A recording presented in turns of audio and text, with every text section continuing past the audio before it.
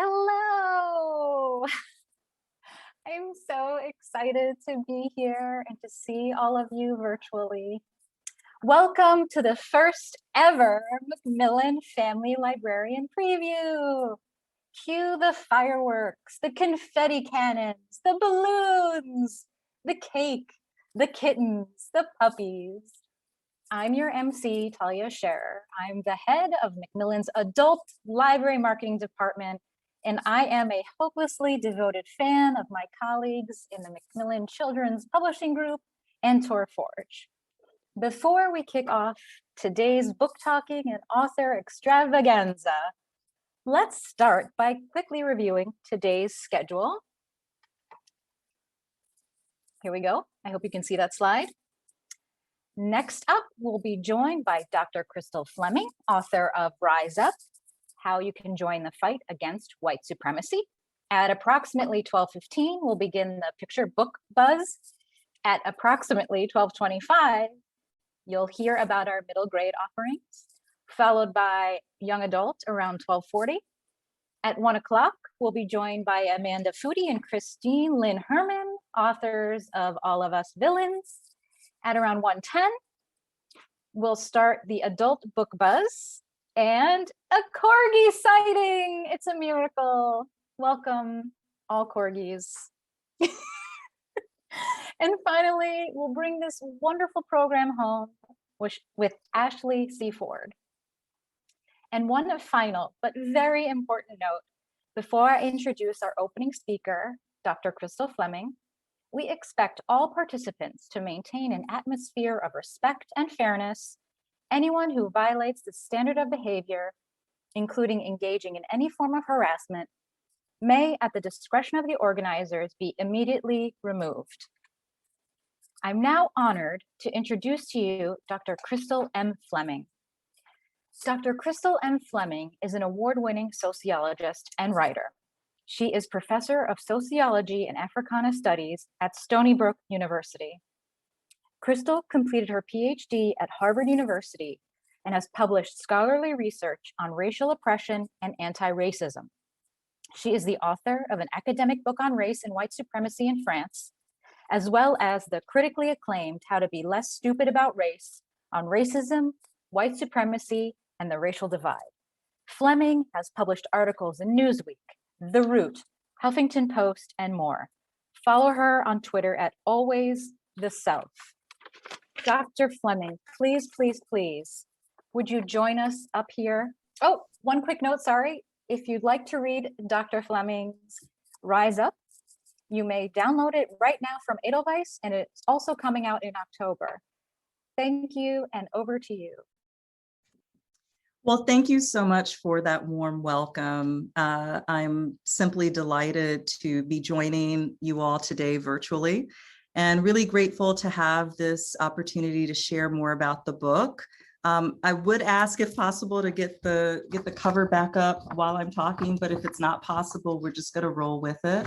But in the next 10 minutes or so, I'm going to give you a bit of an overview of what motivated the book and what you can expect in it. As you've heard, you can download like an advanced copy if you'd like to learn more.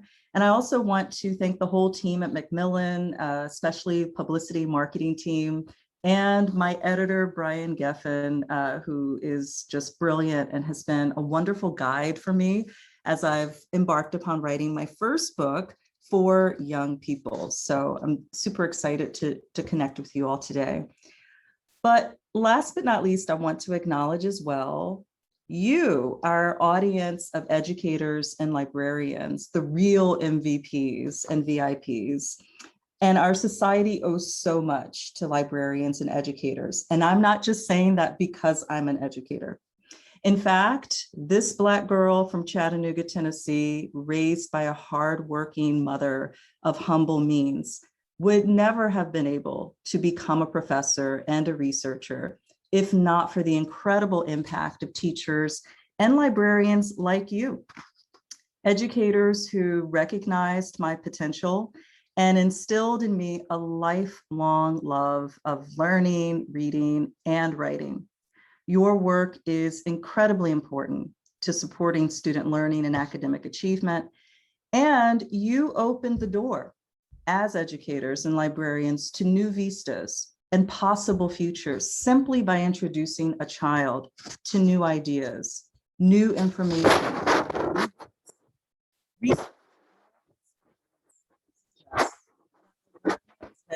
Play an incredibly important role. Dr. Fleming, I'm so sorry to interrupt, but there was something going on with your microphone. Just if you Okay. can make sure to bring it up closer, probably it was just getting snagged in something. How's Try the again. sound now? Are you good Much now? better. Yes, Oh. thank you so much. Oh, that would be the papers brushing against my computer. Oh. My apologies. Let me Okay. rewind a second, but Please do. Thank as I you. would say, research and experience suggests that librarians play an incredibly important role in advancing student literacy. And today I want to highlight the role of librarians alongside teachers in advancing racial literacy. I also want to acknowledge the context in which we're connecting this afternoon or this morning, depending on where you are. We continue to try to survive the ongoing COVID-19 pandemic with its disproportionate impact on Black people, Indigenous people, and people of color. We are also still reeling from the violent, fascist, white supremacist attack in Washington, D.C. that took place only a couple of months ago, where, as you may recall, there was a Confederate flag brought into our Capitol building, a noose hung on the lawn. We are still reeling from the deadly shooting just a few days ago in Colorado and the deadly shooting in Atlanta. As many of you know, our country is experiencing an onslaught of anti-Asian violence from coast to coast, with women and the elderly in particular being targeted, spat upon, pushed to the ground, beaten, even killed. And the violence is not just coming from white Americans. Black people, people of color who are being marginalized on a daily basis by systemic racism and white supremacy are also implicated in racial violence and xenophobic hatred. And this week we've seen the media circus emerging around the trial of Derek Chauvin, the Minnesota police officer who kneeled on George Floyd's neck for over 8 minutes last year and murdered him in public on camera. Of course, it was the lynching of George Floyd, as well as the tragic killings of Breonna Taylor and Ahmaud Arbery and Tony McDade, among many, many, many others, that motivated what some have called the largest movement in US history, when hundreds of thousands of people took to the streets, perhaps some of you, in mass protests to rise up for justice. And of course, those protests sparked movements across the globe as we all witnessed a global reckoning, the likes of which we haven't seen in more than a generation. As you know, 2020 also birthed an unprecedented rise in attention to anti-racism books. There were endless lists of resources and literatures. And my book, How to Be Less Stupid About Race, was indeed on many of these lists, thanks in no small part to the work of many librarians across the country.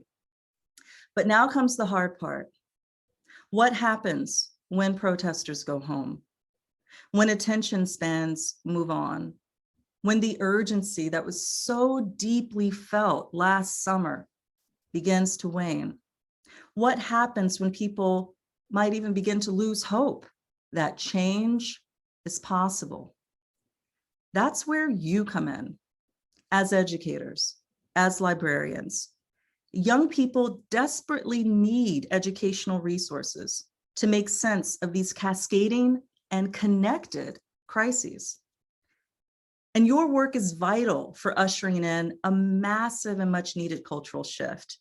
The choices you make about what to teach, what to recommend, what you feature in your classes and on your bookshelves can help create something that this country has frankly never had before, a culture of anti-racist learning. I'm gonna pause and just give a shout out to the producers of the event. Just so you know, I think my video is not being shown on the screen next to the slide. It could be just my computer, but I wanted to call that out in case. People can see you. You're good. Oh, good. Okay. Yeah, Then it's your view is different from the audience view. I don't So need you're to see fine. myself. As long as y'all can see me, we're good. Okay. Yes, we can see you. Good. So your work is vital for ushering in a massive cultural shift. The choices you make about what to teach, what to recommend, and what you feature in your classes and on your bookshelves can help create something that we've never seen before, this culture of anti-racist learning. And this culture cannot emerge without institutionalizing the learning and teaching of racial history and social dynamics. And that scares a lot of people who would rather cling to the status quo, to a sanitized version of our nation's history. There are many who feel threatened and frightened by the prospects of educators like you doing your job, that is, raising awareness about the realities of systemic racism. The truth is that education is the epicenter and the battleground for the fight of our lives. There are regressive forces in our society that do not want us to collectively learn from our racist past and present, forces that label anti-racist pedagogy as divisive or even un-American, forces that embrace white supremacy while demonizing critical race theory.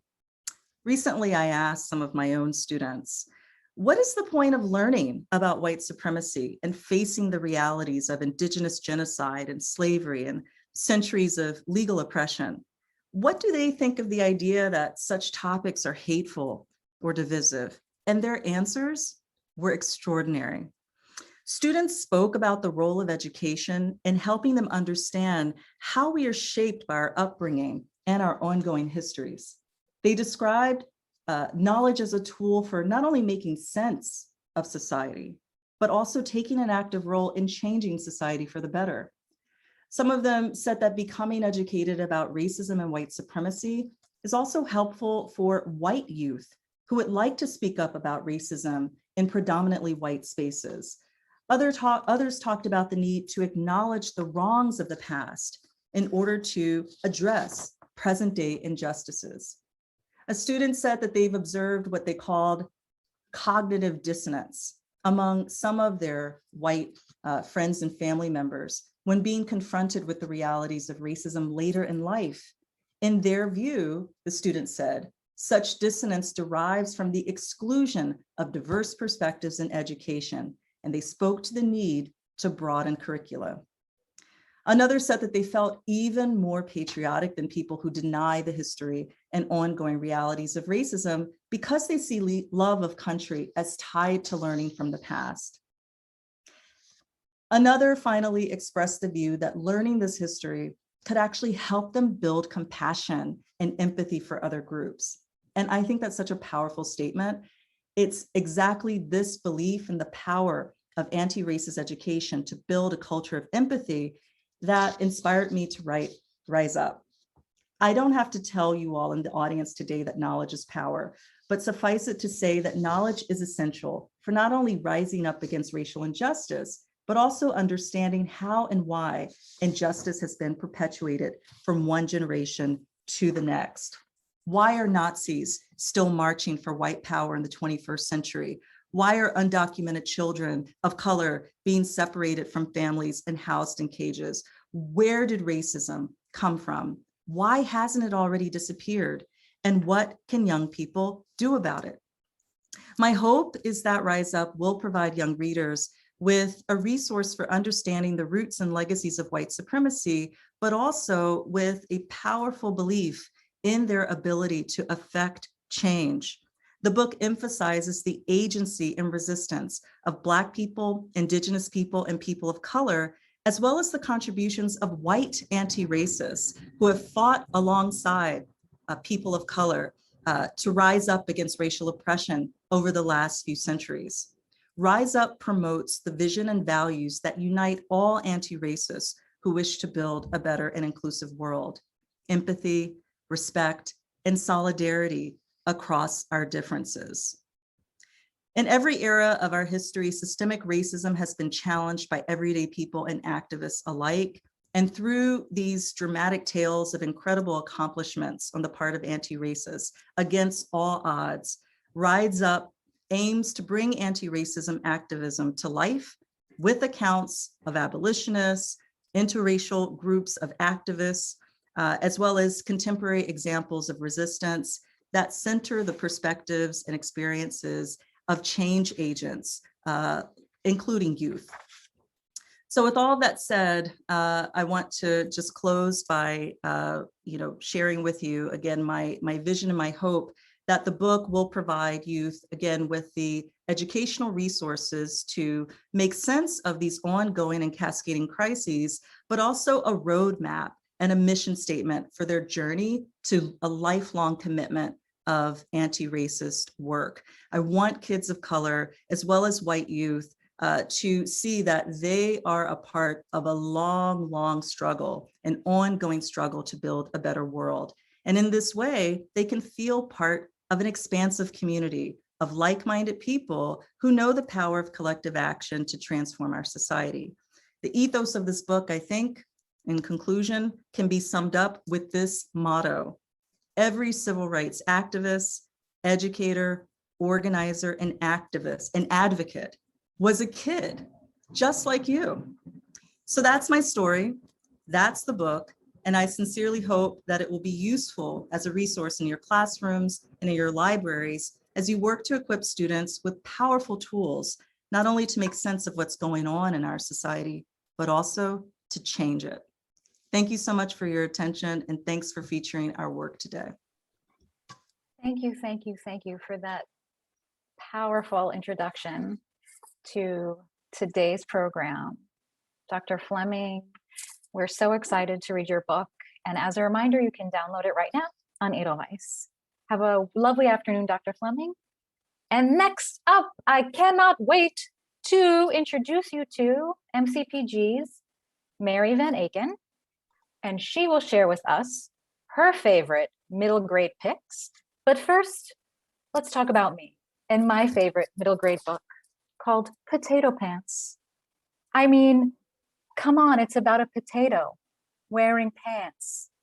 How funny. Sorry, Mary. Go on, girl.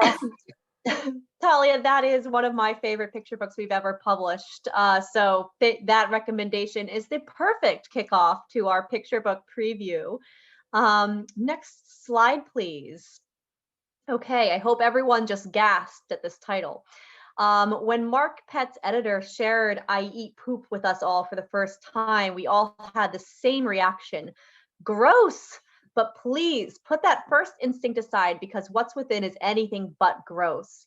This charming picture book is about a dung beetle who, yes, does eat poop, but also wants nothing more than to fit in with the other bugs at his school, which means they absolutely cannot know that he eats poop. Next slide, please. When the inevitable happens and his friend discovers what's in his lunch, it's with the help of Herman the housefly that everyone discovers that it's what makes them unique, that makes them special. I love Herman's line here. If I let those pests ruin my life, I'd be miserable. Next slide, please. In addition to the great reminder that it's our differences that make us great, there's also so many fun bug facts within for kids to pore over. This is my favorite spread in the whole book, where all the bugs share something about themselves that make them different. To quote the text, it turned out the whole school was full of weirdos. Next slide, please. Before I move on, I just wanted to point out that the great end papers that have even more fun facts about bugs. Next slide. And now for an excellent nonfiction picture book by Debbie Machiko Florence, author of the Jasmine Taguchi series, and Jamie Michalik, illustrated by Yuko Jones. Nikki Nakayama, A Chef's Tale in 13 Bites, is a nonfiction biography of Nikki Nakayama, one of the very few female chefs of color to be nominated for the list of best 100 chefs worldwide. Next slide. In just 13 bites, Debbie and Jamie detail Nikki's hunger for success, from wonton wrappers to chewy mochi to her own upscale LA kaiseki restaurant, En Naka. Next slide, please. To anyone who tells her a woman can't be a master chef, Nikki lets her food do the talking. A smart, strong woman with star power, Nikki is only just getting started. We can't wait to share her story. Next slide, please. I couldn't help but share a photo of the real Nikki, who you may have seen on Netflix. The book wraps up with a timeline of her rise to fame and a recipe for wonton pizza that I can personally recommend. Next slide, please. Rosie the Riveter, the legacy of an American icon. Here is a historical figure that you'll immediately recognize. But within this book, author-illustrator Sarah Dvorak connects all the dots to poetically show how this symbol has evolved to inspire generations of women to make space for themselves and to make history. Next slide. While we're all familiar with the iconic poster created in 1942, what young readers may not know is that Rosie was also a song, a movie, and ultimately a movement. This book details the many ways Rosie has stood as a symbol for female empowerment across decades. Next slide, please. Like a rivet, she's a linchpin that is holding so much of this history together, which is further detailed in extensive back matter to give readers more context on this history. Next slide. While I'm on the subject of a historic woman, let's discuss Elizabeth Warren's debut picture book, Pinky Promises. Illustrated by Charlene Chua, this is an empowering story inspired by the pinky promises that are a hallmark of Senator Warren's time in public office. Pinky Promises is the story of a girl named Polly who knows she's strong and capable, but whenever she offers to help her uncle or brother or neighbor, they laugh and tell her that's not what girls do. Then one day, Polly's mother takes her to a rally to meet a woman who's running for president. Polly and the candidate make a pinky promise to remember all the things that girls can do. Polly carries that promise with her at school, onto the soccer field, and even into an election for class president. Senator Warren says the pinky promises she's made with thousands of girls will stay with her forever. These promises are reminders of a shared strength, and she hopes this picture book will encourage even the youngest readers to dream big. Next slide, please. Here's another name that you're probably familiar with, Taye Diggs and Shane Evans. Childhood friends Taye Diggs and Shane Evans have collaborated on several best-selling picture books, but this is their most personal yet. Why a Conversation About Race is a book to add to your classroom or public library this fall to help open up conversations about race at the youngest reading levels. Next slide, please. The book begins with a sequence of questions and answers, which allows plenty of room for processing. The spreads of children asking questions of their caretakers are followed by a slide of a single word. Next slide, please. Oh. And these slides really reinforce the time it takes to process these realities. The book then grows into a conversation between young and old, further demonstrating how this conversation is so essential to understanding the long history of racism in this country. Next slide, please. Shane Evans is the winner of the NAACP Award and the Coretta Scott King Award, and his art really shines in this valuable addition to library shelves. As I mentioned, he and Taye have been best friends since childhood, and their close relationship is reflected in the seamless marriage of words and art. Hand this to the many readers who are asking, as the title so perfectly puts it, why? Next slide, please. Amos returns. Amos McGee returns with this delightfully charming picture book from Philip and Erin Stead. For years, Phil and Erin have been asked if they would ever write another book about Amos, and for years, the answer was no. A Sick Day for Amos McGee was Erin's first book and the winner of the Caldecott Medal. If they were going to continue Amos's story, it had to be just right. As with Sick Day, this book is about the power of kindness first and foremost. I always like to say the Steads were writing books about kindness before it was a trend. Every one of their books is infused with a gentle power that leaves readers with a sense that they'd like to be part of this kind, gentle world they've just been immersed into. In this latest adventure, Amos is planning a surprise for all of his friends, but he stays up way too late planning and misses the bus to the zoo. Thankfully, with the help of his friends, he'll still be able to make good on his surprise for a very sweet ending. We don't have digital review copies to share just yet, but if you go to the next slide, Talia, you can enjoy this illustration from Erin of Amos in space that ran as part of the cover reveal on 100 Scope Notes. It just makes me smile every time to see him floating out there with his penguin friend. Next slide, please. African Proverbs for All Ages is our first picture book collaboration with Oprah Books. Written by Jonetta Betch-Cole and Nelda Latif, this is a book about the power of proverbs and how they evolve over time. Author and noted educator and anthropologist, Dr. Cole, has culled proverbs from various cultures of Africa and wherever possible has credited proverbs with the culture of our origin, providing a powerful learning tool as well as a jumping off point for terrific classroom discussions. Dr. Cole feels strongly that proverbs can, in her words, stir our soul and spark our imagination. And this book will do just that by inviting children to explore and reflect on complex notions about relationships, identity, society, and the human condition through proverbs. I wish I had art to share with you, but this is really going to be a stunning book. So please stay tuned for that as soon as we have it available. Finally, I have 2 more books I'm going to try to get through quickly since we're a little bit behind. We have Happy Diwali. Next slide. There we're here.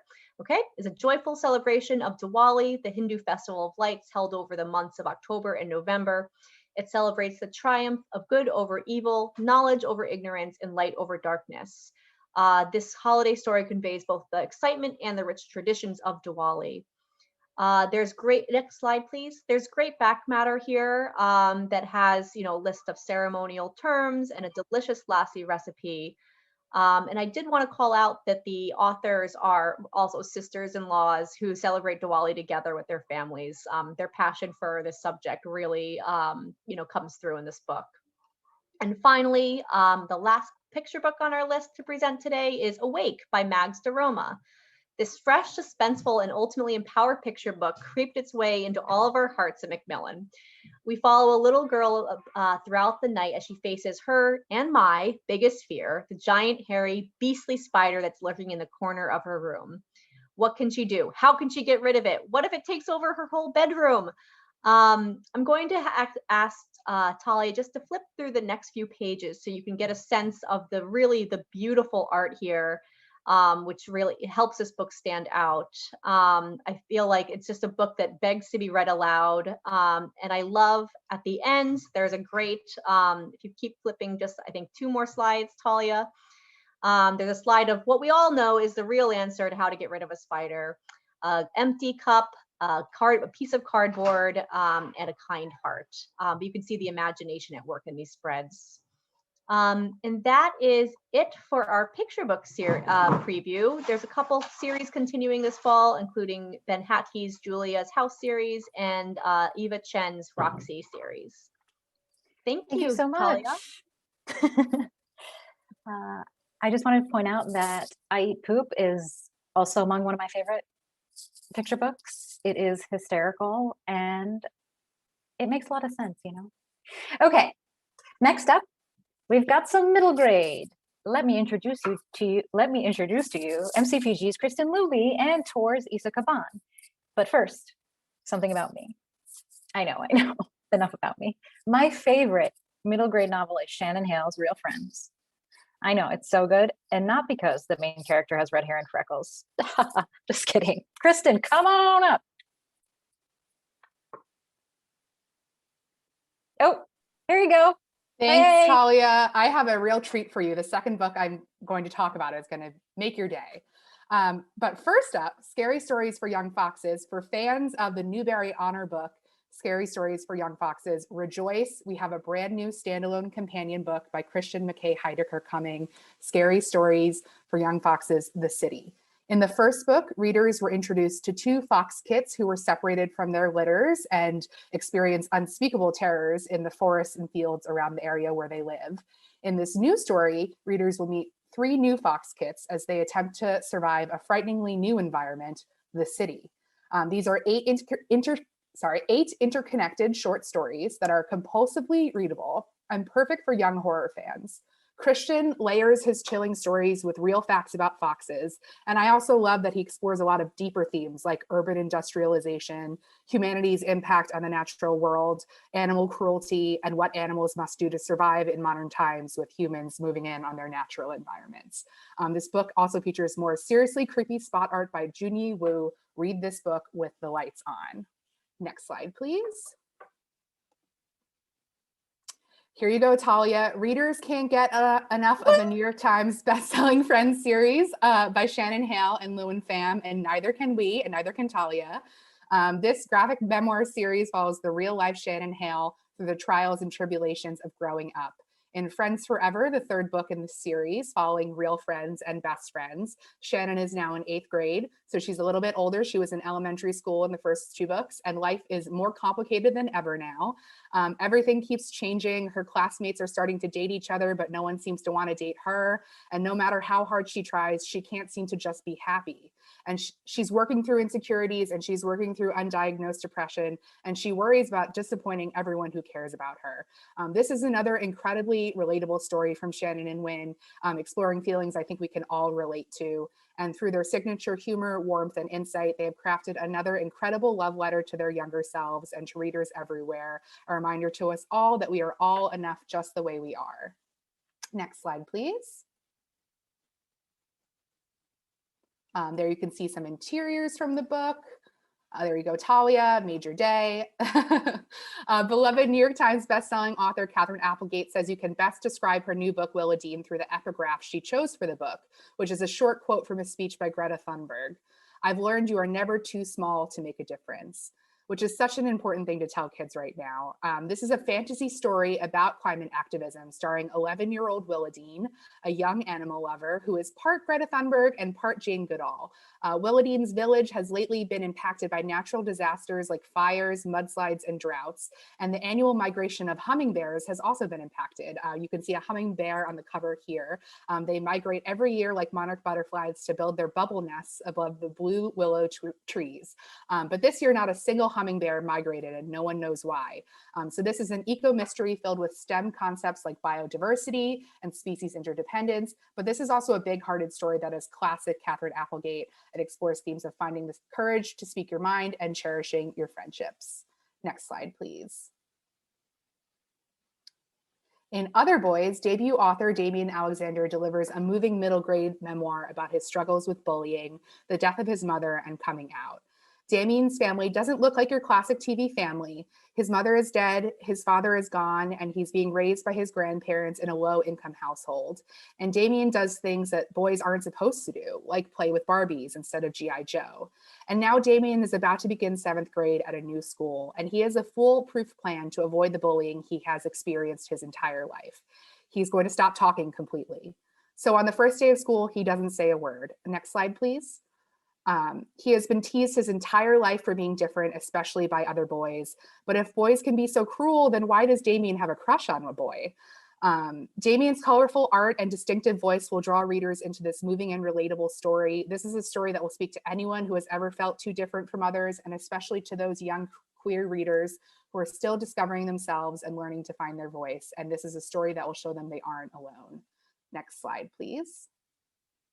Steve Shankin is a 3-time National Book Award finalist, a 2-time winner of the Boston Globe Horn Book Award, a Newbery Honor recipient, a Sybert Award medalist, and winner of several YALSA Awards for excellence in nonfiction. He has been called the master of narrative nonfiction, and his newest book is no exception.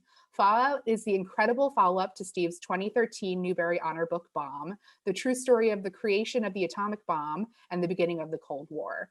In Fallout, Steve takes readers on a terrifying journey through the Cold War as the US and the Soviet Union compete to build more destructive bombs and conquer the space race, deploying spies and undercover agents, finally culminating in the Cuban Missile Crisis and almost igniting a third world war. Steve is known for writing edge of your seats accounts that read like spy thrillers. They don't read like nonfiction, they read completely like fiction. This is the perfect book to hand to any readers who thinks history is boring. History buffs will also love it, and older readers who may want to brush up on these historical events will find this page-turning story fascinating. Next slide, please. Speaking of fascinating nonfiction, in Black Hole Chasers, award-winning investigative journalist Anna Crowley-Redding presents the riveting true story of how the Event Horizon telescope team captured the first ever image of a supermassive black hole, one of the biggest scientific breakthroughs of our lifetime. This breakthrough took years of hard work, innovative thinking, and a level of global cooperation never seen before. It seemed to be an almost impossible task, requiring technology that didn't exist yet and a telescope as big as the Earth itself. This account was based based on Anna's extensive research and hours of interview with many of the groundbreaking scientists, physicists, and mathematicians on the team, many of whom are very reluctant to give interviews normally. So these are some really rare interviews. Anna also breaks down the sometimes complicated science in this book in very easily understandable language. This is a captivating and inspiring story of human curiosity, illustrating how people around the world can come together to accomplish great things. Next slide, please. Adriana Cuevas received a 2021 Pure Belle Pré honor for her magical middle grade debut, The Total Eclipse of Nestor Lopez, and we're thrilled to already have a new book to look forward to from Adriana, Cuba in My Pocket, which is a much more personal story for her. The story is based on her own father's journey of emigrating to the United States from Cuba in the 1960s. This fictionalized story is set in 1961 after the failed Bay of Pigs invasion, which solidified Castro's power in Cuba. 12-year-old Kumba's family makes the difficult decision to send him to Florida alone. Life in the United States presents a whole new set of challenges for Kumba as he navigates a new city and a new way of life. With just the right balance of humor and heartache, this is a powerful story about the immigration experience. Kumba's feeling of isolation, homesickness, and uncertainty in an unfamiliar place, as well as the hostility he encounters in his adopted home, are as relevant now as they were in the 1960s. A Newbery Honor winner, Margarita Engel, says, Cuba in My Pocket is an authentic and moving portrayal of a tragic era in Cuban history, told with empathy and hope. Next slide, please. In January of this year, we published Gone to the Woods, a middle grade memoir by Gary Paulson, the legendary author of Hatchet. It is a thrill to be publishing a new standalone work of fiction by Gary in How to Train Your Dad. You may recognize this cover art as the work of the one and only Dan Santat, and in this case, you can judge the book by its cover because it is just that good. This is a laugh-out-loud eco-adventure about a 12-year-old named Carl who is struggling with his free-thinking dad's offbeat habits. His dad is brilliant, but the dumpster diving for food, searching for trash, for salvageable junk, and wearing clothes from garage sales is getting really old. Carl is worried about how his schoolmates will see his dad, especially a certain girl he's interested in at school. So Carl decides to retrain his dad using a puppy training pamphlet, which leads to some unintentional and hilarious results. This is a fierce and funny novel about family, green living, and a young boy's heartfelt determination to help his father come to terms with his growing independence. And librarians, mark your calendars now because readers can also look forward to a third book coming from Gary Paulson. North Wind will be coming in January 2022. Next slide, please. The English edition of Latinitas was released in February of this year, and we're excited to announce we have a Spanish edition coming in August. Author and illustrator Juliet Menendez was inspired to write this book while she was working as a bilingual teacher in New York City's public schools. Juliet noted that the posters of historical white men in her schools did not represent the children in her classrooms, and so she began to research Latinx historical figures. And as she researched, she realized there was more information available about famous historical men, but there was a lack of representation for influential Latinas throughout history. So Latinitas was born. This book pairs 40 beautiful hand-painted illustrations. Next slide, please. You can see those illustrations. With a short biography on each inspiring Latinita, from Supreme Court Justice Sonia Sotomayor to singer Selena Quintanilla to NASA's first virtual reality engineer, Evelyn Marias. This is a book for aspiring artists, scientists, activists, and more. Next slide, please. Best-selling author Sarah Albee reimagines 25 classic fairy tales with a STEM twist and fairy tale science. Each fairy tale begins with a retelling of the classic story. Then readers are invited to explore the science behind the story by conducting experiments. For instance, the book asks the question, can a glass slipper really hold a person's weight? Can you really feel a pea under a mattress? Which poison put Snow White to sleep? Kids will need to complete experiments to figure out the answers, and all of the experiments are safe to be conducted by kids at home or in the classroom. This book perfectly illustrates learning through play, the philosophy behind all the books published by our imprint Odd Dot.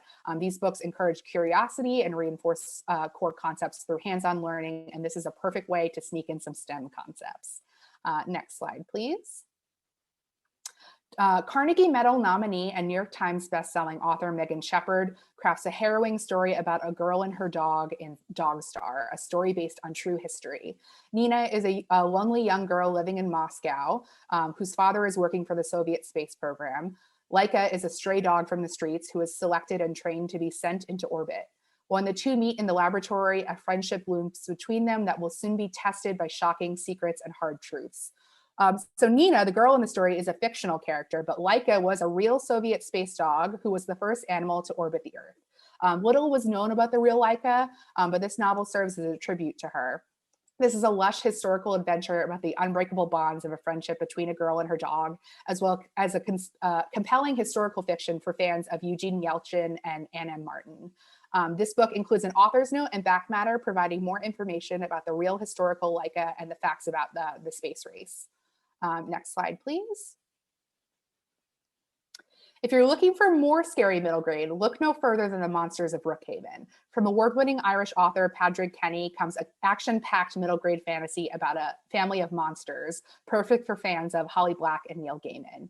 Mirabelle's family is unusual. Her uncle can transform into a ferocious grizzly bear, and her aunt's body is made entirely of spiders. The humans who live in the village of Brookhaven view their family as a threat, so long ago they made a treaty. The monsters won't eat the townspeople, and an invisible wall was set around their manor to keep strangers out and to protect their family. But one day, two orphans stumble upon that invisible wall and open a door that was meant to stay locked. So Mirabelle and her family realize they are in grave danger because another monster has found them from the children opening that door, and he has a hunger for their kind. This is at turns chilling and thought-provoking. The Monsters of Brookhaven explores the difference in empathy through the eyes of characters you won't soon forget. This gorgeous cover art is stunningly illustrated by Edward Bettison. Next slide, please. And the book includes over 20 pieces of interior art that will really blow you away. I love the spot art that they did for this book. And spoiler alert, The Monsters of Brookhaven does end on a cliffhanger, but it teases new secrets that will be revealed in the sequel coming next year. Next slide, please. I don't think you could ask for a better blurb from a book about ghouls than a quote from R.L. Stine, who says, "Don't miss this book. It takes you to another world and then terrifies you with surprise after surprise. Great ghoulish fun." And I couldn't agree more. Jake Burt is a 5th grade teacher whose previous standalone works have been incredibly popular with readers. In this action-packed mystery, The Ghoul of Windy Down Vale, Copper holds Windy Down Vale's deepest and darkest secret. Copper is the ghost who haunts Windy Down Vale, but actually he's just a boy who's wearing a terrifying costume to scare travelers and townsfolk away from the dangers of the surrounding swamps. But one day, a terrified girl comes forward and says that she and her father were attacked by the creature, but it couldn't possibly be Cooper. So now Cooper has to figure out who is terrorizing the townspeople because they are threatening not just Copper's secret, but the fate of all Windy Down. This is ghoulish fun for mystery lovers and also for readers who want a little bit more gentle thrills and chills. And finally, next slide, please. Alina Chow is an award-winning filmmaker and artist. Her creative vision is strongly influenced by her Chinese-Indonesian upbringing. As a child growing up in Hong Kong, she was always fascinated by her grandmother's stories, colorful sarongs and delicate wooden sculptures from Southeast Asia, and the aroma of Indonesian food. It still brings back loving memories of sitting next to her grandmother and drawing while her grandmother prepared these foods from scratch. So Marshmallow in Jordan is a graphic novel which is very much inspired by these wonderful memories that she and her grandmother shared. And Marshmallow in Jordan is a story about a child with a disability, but it's also a riveting sports drama. When Jordan becomes paralyzed by the waist down after an accident, her days as the star player of her school's basketball team come to an end. She's still the team captain, but she can't play anymore. Until one day she encounters a mysterious elephant, next slide please, who she names Marshmallow. And Marshmallow helps Jordan discover a brand new sport, water polo, which could be a great way for Jordan to continue her athletic dreams, but it could also come between Jordan and her friends in the basketball team. And with a big tournament right around the corner, it turns out that Marshmallow is hiding a secret, which I will not spoil for you. This is a heartwarming story accompanied by the beautiful artwork by Alina. Definitely recommend you read this one. And then finally, next slide, please. There are so many great series coming. I wish I had more time to talk about all of these books, but these books are in the title grid that we sent to you all, so please explore them. And with that, I will pass it over to Isa to talk about a few more middle grade titles. Thank you, Kristen. Isa Kavan, you're the next contestant on the Book Buzz show. Oh, you're on mute. You're on mute. Can you hear me now? We're good? We are great. Go for it. Okay, awesome. Thank you, Talia, for the intro, and Kristen as well. And hi, everyone. I'm Isa Kaban, pronouns she, her, and I'm very happy to be sharing with you a few of our all new and upcoming titles from Starscape. So let's get right into it. First up, we have a new charming tale in bestselling author W. Bruce Cameron's illustrated chapter book series, Lily to the Rescue, about a rescue dog who saves other animals. In Foxes in a Fix, a litter of Arctic foxes escape from the zoo, and Lily must find them before they find trouble. You can follow even more heartwarming rescue missions. Book 1 through 6 in this adorable series are available now. Next slide. And next up, we have Cooper's Story, an uplifting new tale in the popular Puppy Tale series. In this tale, we follow Cooper as he finds a perfect forever home with a boy named Burke who is wheelchair bound. As their friendship and bond grows, Cooper finds his ultimate purpose as a helper dog. Be sure to check out all of these new puppy books from W. Bruce Cameron coming this summer and fall for young readers. Next slide. 96 Miles by J.L. Esplin is a beloved debut novel on our middle grade list, set to release in paperback this August. When they are robbed of all their supplies during a massive blackout while their dad is out of town, the Lockwood brothers must walk 96 miles in the desert to get help. This powerful standalone novel stirs up thought-provoking questions about survival, brotherhood, and self-reliance. It is an absolute must-read for fans of Gary Paulson's Hatchet and the popular I Survive series. Already a nominee for countless state awards and a recipient of phenomenal praise from outlets such as Publishers Weekly and Kirkus Reviews, check out 96 Miles, out in paperback August 3rd. And that concludes my middle grade presentation, and it's time to segue into our YA preview. Thank you, Isa. I would like to welcome back Mary Van Aken, and for the first time, appearing live, Emily Day, and, oh wait, Isa, you're coming back too. But let's start with Mary Van Aken. Tell us about your young adult titles. Thank you. I will gladly tell you about our YA titles from Macmillan Children's Publishing Group, starting with a series, a new brand rather, that I'm so excited about, called Remix Classics. It's launching this fall with a Clash of Steel, a Treasure Island remix, and So Many Beginnings, a Little Women remix. In this series, which will continue in 2022, authors from marginalized backgrounds take different classics and reinterpret them through their own unique cultural lens. This collection will serve YA readers as both a series of fun, engaging reads, as well as a subversive overall look at what our society has deemed classic, works that are overwhelmingly straight, white, and male. Treasure Island has been a staple in the young adult canon for over a century. Lambda Literary Award nominated author C.B. Lee shakes things up with a Clash of Steel by weaving in Chinese maritime history and cultural details. Is there a better way to introduce young readers to this fantastic tale of adventure than to include new and just as bold female leads? I think not. This take on Treasure Island will make the story more accessible for women and people of color. It takes place in the depths of the South China Sea, where we meet Shang and An, two girls who learn that the legends they believe aren't only true, but dangerous. Despite what society wanted to hold them to, Shang and An are two outcasts that have learned to embrace their uniqueness so they can live in freedom. Full of heroic action, supportive friendships, and queerness, A Clash of Steel will be a brand new way to read and teach Treasure Island. Next slide, please. So Many Beginnings. I feel like even when you see this cover, you know what this is a remix of without even seeing a Little Women remix. There have been so many Little Women remakes, but none of them have centered the presence of Black families in the Civil War era. In So Many Beginnings, best-selling author Bethany C. Morrow has taken the beloved tale of four sisters and reimagined it in a new setting, a colony of freed Blacks building their own community. Living as freed people is totally new to these March sisters, and they must navigate sisterhood, heartbreak, and pursuing their dreams in a new world. This book covers themes of political and social activism, familial love, and the best part, the March women are able to voice their opinions and have influence in the world, just like the original book. It isn't just the romantic relationships at the forefront of this story, but the women's lives are also shaped in how they work to educate and support their colony of newly freed Black population. Though Black families have been left out of this narrative previously, in so many beginnings, the girls not only fall in love, but have dreams and goals pertaining to their careers and passions. I'm so excited to have a book from Bethany Morrow on our list, and So Many Beginnings is a real winner. Next slide, please.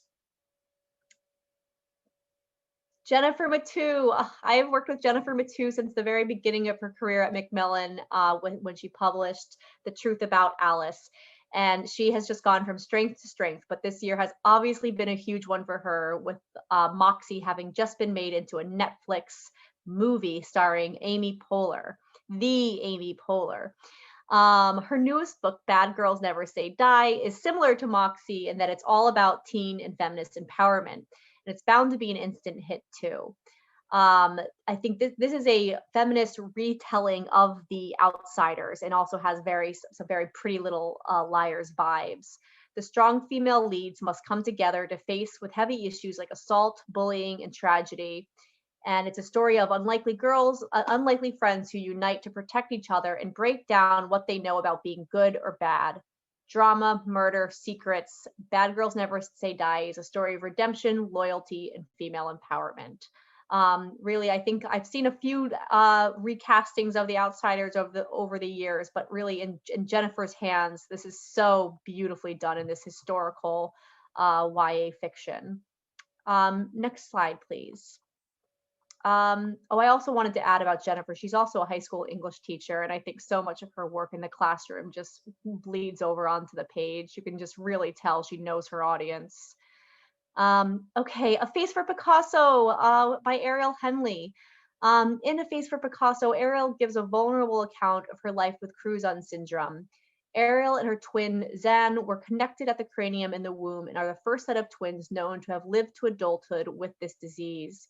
Despite having a loving family, Ariel shares that she had a very difficult childhood, both in the surgical room and at school, because she was known first and foremost for her facial difference instead of who she was as a whole person. Because she was bullied, she had an early understanding of how her physical appearance didn't align with popular beauty standards. The opinions of others had a deep effect on her, and so did the extreme physical pain of surgery and healing. With the support of her sister and family, Ariel comes to see her true value. Her ability to overcome emotional and physical pain reveals a spirit of resilience that positively affected her identity, and she learns to redefine beauty on her own standards. Ariel aims to include those with facial differences in her writing so that she can educate people about the importance of facial equality and take down the stigma that surrounds those with physical differences. Next slide, please. Gilded. This is the last YA title I'll be presenting.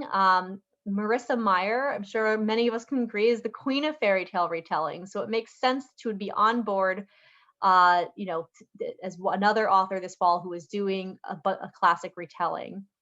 Her massive fan base will be excited to see her return to the fairy tale world that made her so popular. And we're sure she'll be turning even more teens into readers with this one.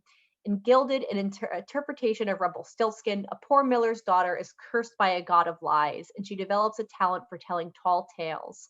Cyrilda's fantastical stories draw the attention of the king, who threatens to kill her for her lies unless she can spin straw into gold. Not knowing where to turn, she enlists the help of a boy who isn't interested in love, so he thinks. But first, there's a curse to be broken if they want the king's tyranny to end. This dark tale has ghouls and phantoms, a courageous duo, and a castle full of secrets. Having toured with Marissa to schools and to bookstores, I know so deeply how much her audience connects with her.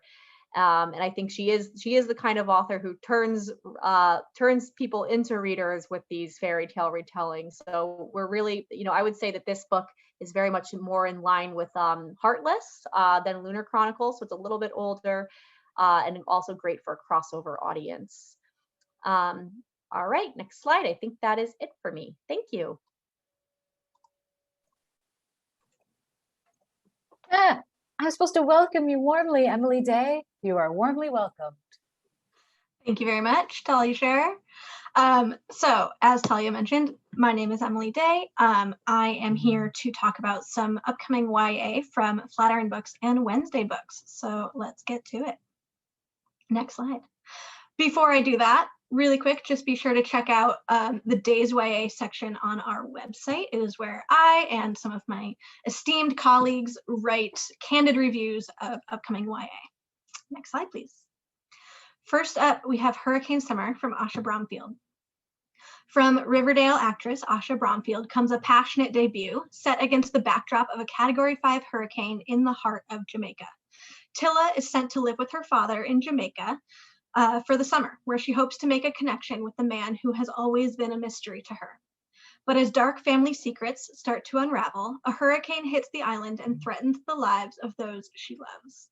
This powerful coming-of-age story deals with colorism, classism, racism, young love, sexism, and explores how a father-daughter relationship can shape the course of a young woman's life.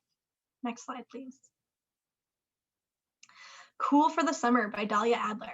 In this queer, Grease-inspired rom-com, Lara finally lands the guy of her dreams, only to have her summer fling, Jasmine, transfer to her school unexpectedly. Lara has everything she ever wanted, a tight-knit group of friends, a job that borders on cool, and the boy of her literal dreams. But if she's finally got the guy, why can't she stop thinking about the girl? This charming story from the founder of LGBTQ Reads is all about self-discovery and new love, and is perfect for fans of Becky Albertelli and Emma Lord. Next slide, please. Tokyo Ever After by Emiko Jean. As a Japanese American living in a small, mostly white Northern California town, Izumi Tanaka knows what it feels like to not fit in. But her entire world is about to be flipped upside down when she discovers that her previously unknown father is, in fact, the Crown Prince of Japan. So she travels to Japan to meet her father and discover the country that she has always dreamed of. Turns out, being a princess isn't always ball gowns and tiaras. Will Izzy get her happily ever after? This is great for fans of American Royals, Crazy Rich Asians, and, of course, Princess Diaries. Next slide, please. Enola Holmes and the Black Barouche by Nancy Springer. Enola Holmes is back. The nationally best-selling series and breakout Netflix sensation returns to beguile a new generation of readers. This time, Enola is taking on a missing person case. Letitia Glover received a note from her sister's husband, the Earl, that her twin sister had died, but Letitia is convinced otherwise, and she enlists Enola to uncover the truth. Enola goes undercover and soon finds out that this is not the first time one of the Earl's wives has died suddenly. To solve the mystery, Enola gets help from her brother Sherlock, as well as an old friend you may recognize from the Netflix movie, the young Viscount Tewkesbury. This delightful mystery is great for readers both young and old, both fans of the original series and those new to the series will find much to enjoy. Next slide, please. Wild Tongues Can't Be Tamed, 15 Voices from the Latinx Diaspora, edited by Ceresia Fennell. Ceresia Fennell is the founder of The Bronx is Reading, and this anthology features an all-star cast of Latinx contributors. Through the stories told in this anthology, the writers interrogate the different myths and stereotypes about the rich and diverse Latinx community. From immigration to sexuality, music to language, and more, these personal essays and poems are sure to inspire hope and spark dialogue. Contributors include Elizabeth Acevedo, Meg Medina, Marco Shiro, Christina Ariola, and many more. Next slide, please. The Bronze Beasts by Roshni Chokshi. Roshni Chokshi closes out her instant New York Times bestselling Gilded Wolves trilogy with a final riveting tale as full of mystery and danger as ever. So far, this series has taken us to glittery Paris and frigid Russia, and now we are heading to Venice. Armed with only a handful of hints, Enrique, Layla, Hypnos, and Zofia must find their way through the snarled, haunted waterways of Venice to find Severin. With only 10 days left until Layla expires, the crew will face plague pits and deadly masquerades, unearthly songs, and the shining steps of a temple whose powers might offer divinity itself, but at a price they may not be willing to pay. This series is great for fans of Stephanie Garber, Holly Black, and Lee Bardugo. Next slide, please. Bright Ruined Things by Samantha Coho. Set over the course of one day, a girl realizes her life on a glittering magical island isn't what it seems in this 1920s set fantasy inspired by The Tempest. May has only ever lived on the island, surviving on the charity of the wealthy Prosper family who control the island's magic and the spirits who inhabit it. When the spirits start inexplicably dying, May starts to realize that things aren't quite what they seem. As May and her friends begin to unravel the mysteries of the island and the Prosper's magic, May starts to question the truth of what her world was built on. In this YA fantasy ideal for fans of Adrienne Young, Samantha Coho wonderfully mixes magic and an atmospheric historical setting into a fantastically immersive world with characters you won't be able to forget. Next slide, please. And finally, Within These Wicked Walls by Lauren Blackwood. Emily A. Duncan meets Tomi Adeyemi in this Ethiopian-inspired fantasy retelling of Jane Eyre. Andromeda is a Debtera, an exorcist hired to cleanse households of the evil eye. When a handsome young heir reaches out to hire her, she takes the job without question. Never mind that he's rude and demanding and eccentric, that the contract comes with a number of outlandish rules, and that almost a dozen Debtera have quit before her. If she wants to earn a living, she has no choice. She soon realizes that this is a job like no other, and that Magnus is hiding far more than she has been trained for. Death is the most likely outcome if she stays, but leaving Magnus to live out his curse on his own is not an option because, despite everything, she has fallen for him. Stunningly romantic, Lauren Blackwood's heart-stopping debut is Jane Eyre meets Beauty and the Beast, dripping with gothic fantasy. All right, that's it for me. Thank you, Emily Day. Issa, I don't want to miss you. Come on up here and tell us about Tortine.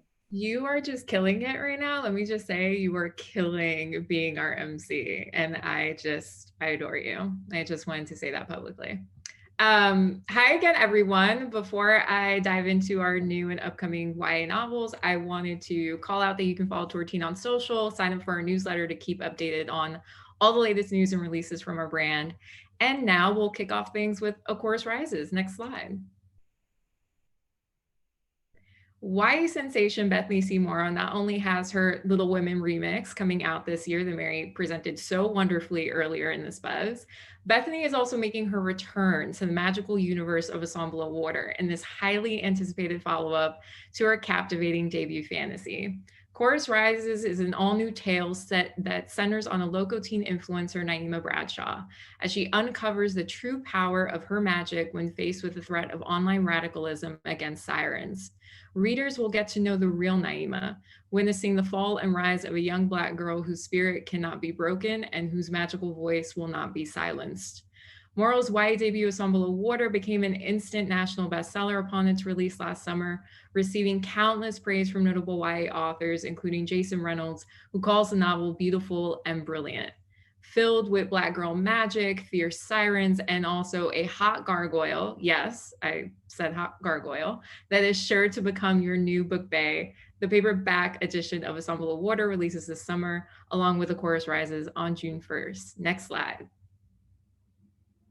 The highly anticipated next installment of Susan Dennard's New York Times bestselling Witchland saga arrives this June. In Witch Shadow, war has come to the Witchlands and nothing will be the same again. This action-packed next chapter in the series is told in the POV of fan favorite Thread Witch Isolde, who must choose on which side of the shadows her destiny will lie. Witch Shadow releases on June 22nd. Next slide.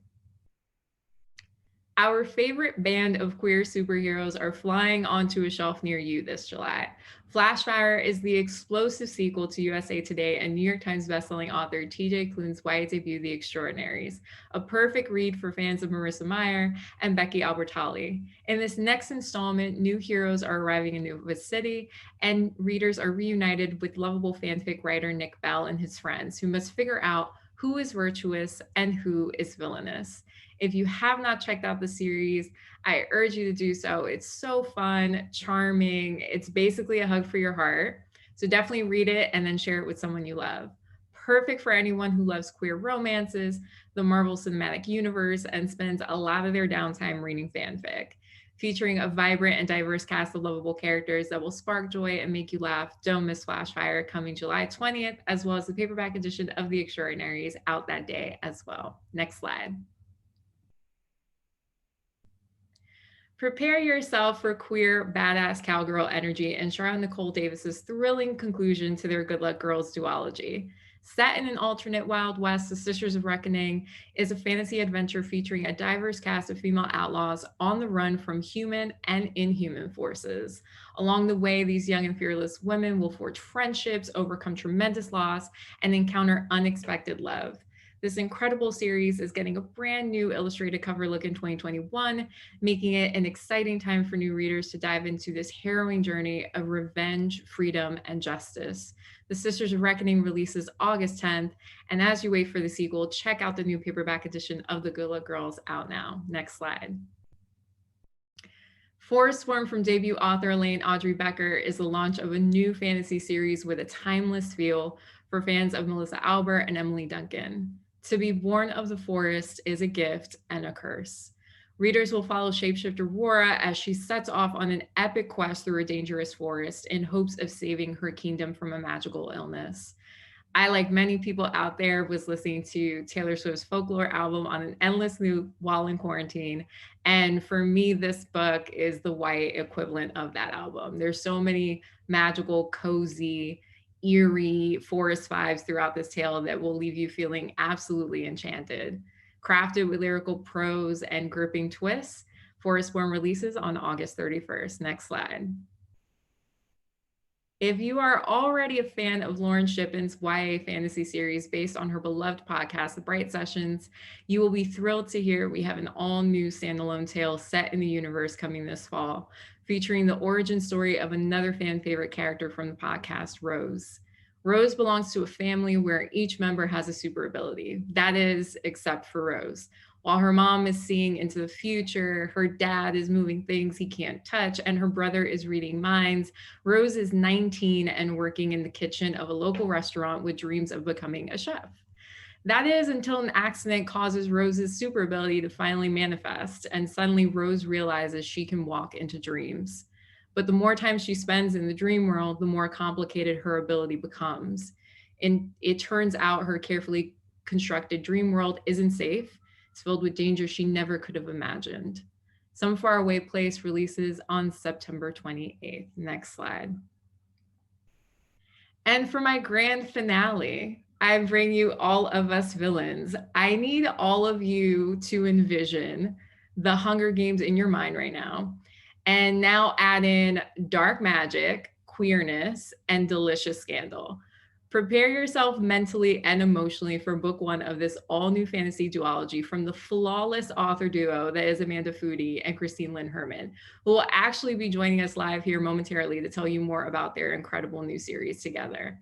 I personally consider this book a life ruiner in the best way possible. It's one of those novels where it ends and you think to yourself, will I ever read anything this good ever again?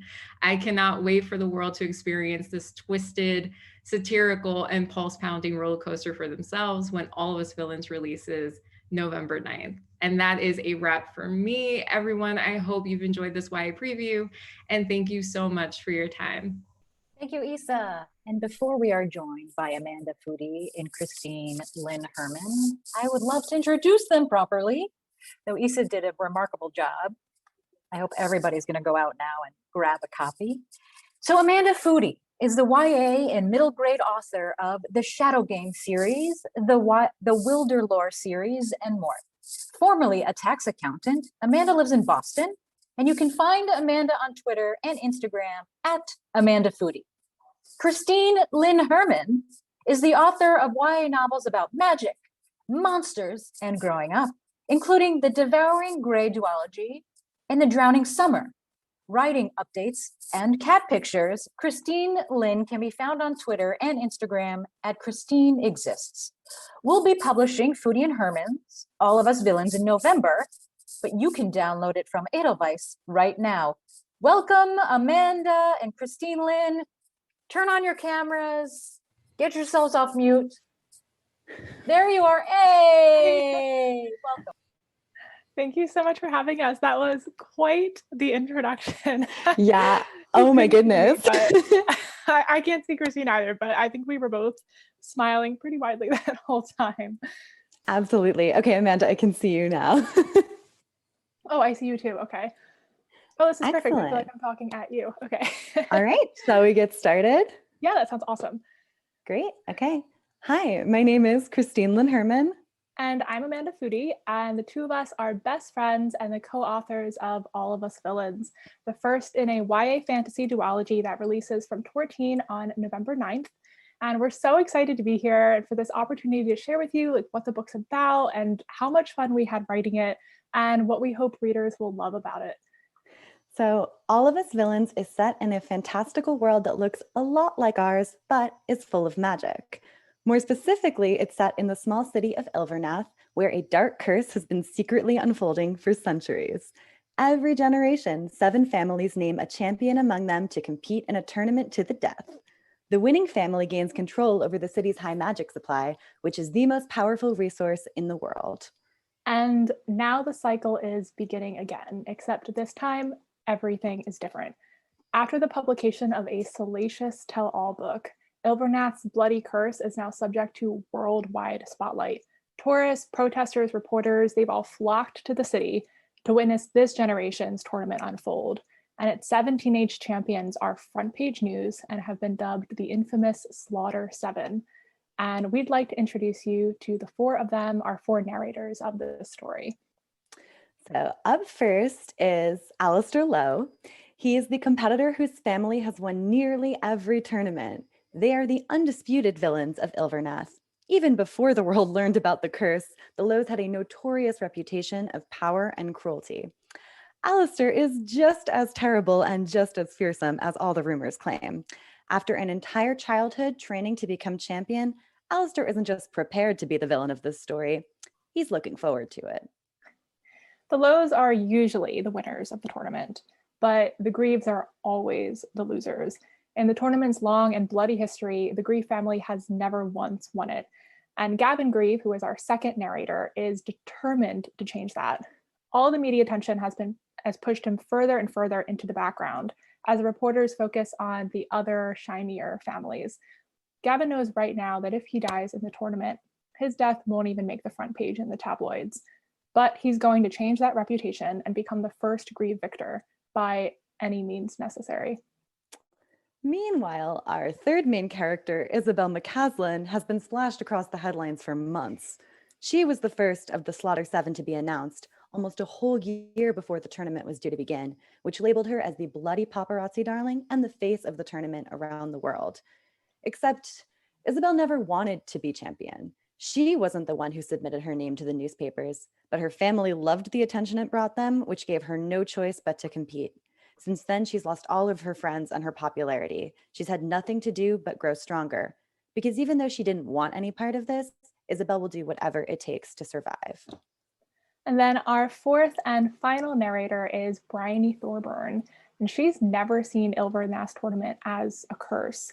She sees it as a fairy tale, one where she gets to be the hero who brings high magic and glory to her family for a generation. All she's ever wanted is to become champion, and she knows that she would be the perfect choice. Until she doesn't get chosen at all, until her younger sister becomes champion instead, even though she has no chance of winning. Now Bryony will do anything in her power to change the story, maybe even break the tournament's curse for good. But is she doing it to save her little sister, or is she doing it to be the biggest hero of them all? Now that you've met our characters, we thought we'd talk a little bit about what our co-writing process was like. So when we initially decided to start writing All of Us Villains, neither of us had ever co-written before. We were already best friends, already publishing solo novels, and we frequently swapped drafts with one another for feedback. We knew we had similar writing styles and gravitated towards similar kinds of storytelling, so it felt like a really organic fit. We started by dividing up the 4 main characters. Even though by this point we have closely edited the entire book, we still consider ourselves subject matter experts on the 2 POV characters that we both wrote, but we won't reveal who those characters are. When we sent this book to friends, no one could guess who wrote who, not even our agents or our partners or our editor. And when it came to plotting, obviously outlining was going to be key, but there were definitely a few times where things sort of fell into place in a kind of spooky way. And for example, there's this one major plot twist in All of Us Villains that we did not plan ahead of time. but we both individually decided upon it. It's a hilarious feeling to, tell your co-author, you have this mind-blowing idea, and only for them to tell you that they also figured this out on their own like a few hours ago. And we also figured we'd talk about like where we got the idea for All of Us Villains and what our inspiration was that led us to co-writing in the first place. So the idea came from this casual conversation about our favorite YA tropes, especially the ones that were already incredibly famous, but that we still wanted more of. Death tournaments came up fairly quickly. Neither of us would have tackled such an idea on our own because it felt so big and ambitious. But the more we talked about it, the more excited we became about trying to write this book together. So the two of us came of age during the era of YA books like Hunger Games, Twilight, Divergent, Legend, the Mortal Instruments trilogy. And as two YA authors, those books obviously made a pretty big impression. We wanted to write something that celebrated the novels that have shaped this whole category. A book that felt familiar and nostalgic to older YA readers, but that was also the kind of book that today's teenagers would pick up and devour. One way that we juxtaposed nostalgia with novelty was through our magic system. The world of All of Us Villains is filled with spells and curses, concepts that fantasy readers are already familiar with. But we chose to set this book in a modern analog second world setting where magic is a commodity to be bought and sold. There are brand name spell distributors and their generic counterparts, there are indie spell making shops, and there are high-end bespoke spell creation if you can afford it. There are cars and magically powered pinball machines and landline telephones, but there are also curses big enough to create a generational death tournament. They're even built into the modern legislation. And something else that was a huge inspiration for us was Grimm's fairy tales. Even though the book isn't derived from any specific one of those fairy tales, we pulled elements from those stories that were all part of our childhood. We brought them all into the book. And playing with archetypal motifs and twisting them around felt like a really organic addition to the novel that is already a celebration of our favorite tropes. And it made even more sense when we realized that the story of this tournament is these characters' fairy tale. And in this case, it's a fairy tale that they'll one day become a part of. And how each character views that story, as well as their own place in it, was the most important part of their arcs and the overall plot. We also took inspiration from fairy tales for some of our settings. For instance, a couple of the settings in this particular tournament combine the Grimm's fairy tale aesthetic with kind of the mechanics of a video game, which we also both love. On the tournament grounds, there are these 7 magical locations, one for each champion to claim. They're called landmarks, and each of them model after classic Grimm's fairy tale settings. For example, there's a castle, a cottage, and a cave fit for a dragon's lair. But it was also these types of decisions that, made on a quest for novelty that ultimately allowed us to deconstruct the death tournament trope in a new way. Our modern setting made the reality of the curse feel very close to home, and it became painfully apparent to us as we wrote the book just how young the characters truly were and how much they reminded us of our teenage selves, just as much as we were excited to write a book filled with thrills and plot twists and everything that the death tournament structure offers. We also wanted the heart of the story to go deeper than that. Like, ultimately, yes, this is a book that indulges in our favorite YA fantasy tropes. And yes, it is enemies to lovers galore. It's funny and fast-paced and even endearing amid the villainous antics of it all. But it's also a book about community-sanctioned violence, the culture of competition, and how the media's effect on young people in general changes the way we perceive ourselves and one another. All of Us Villains has a lot to say about the stories we tell ourselves and how powerful they can be when we accept them as truth. All of our main characters have been told that they deserve this great power, that it's worth laying down their lives for it. But in reality, the curse has been constructed to distribute that power into the hands of very few people. And whether they deserve it or not is something that our 4 narrators all reckon with. We both believe that YA literature at its finest has an incredible range of stories to tell, all of which are important to their teenage readers. And we wanted to use that range to write a novel that was both fun and frightening and fantastical and all too real, and hopefully leaves its readers wanting more and thinking hard at the end. Thank you all so much for listening to our presentation. We hope that you enjoyed it and that you have as much fun reading All of Us Villains as we did writing it. Oh, first of all, oh my God, The two of you have amazing chemistry. Also, I would like to be as articulate as you are. Will you give me lessons in speaking? Death tournaments, enemies to lovers, violence, competition. Sign me up. Okay. Where are we? Oh, it's time for the adult preview. Bow chicka bow bow. Let's welcome Mary Van Aken. Shortly following, and after Mary, we'll meet for the first time Anthony Parisi and Andrew King, and then our very own Amanda Roundtree and Samantha Slavin. So sit back, relax, and enjoy the mellifluous voices of our very adult, get it, book talkers. Talia, you are bringing this event so much life. Thank you for being the best MC. Next slide, here we are, Free Speech Handbook. If you are new to World Citizen Comics, allow me to introduce you. This is a bold line of nonfiction graphic novels from First Second designed to educate, entertain, and empower the citizens of tomorrow. The series launched during the last presidency during a time when there is a ton of national motivation to become educated on our country's history. Next slide, please.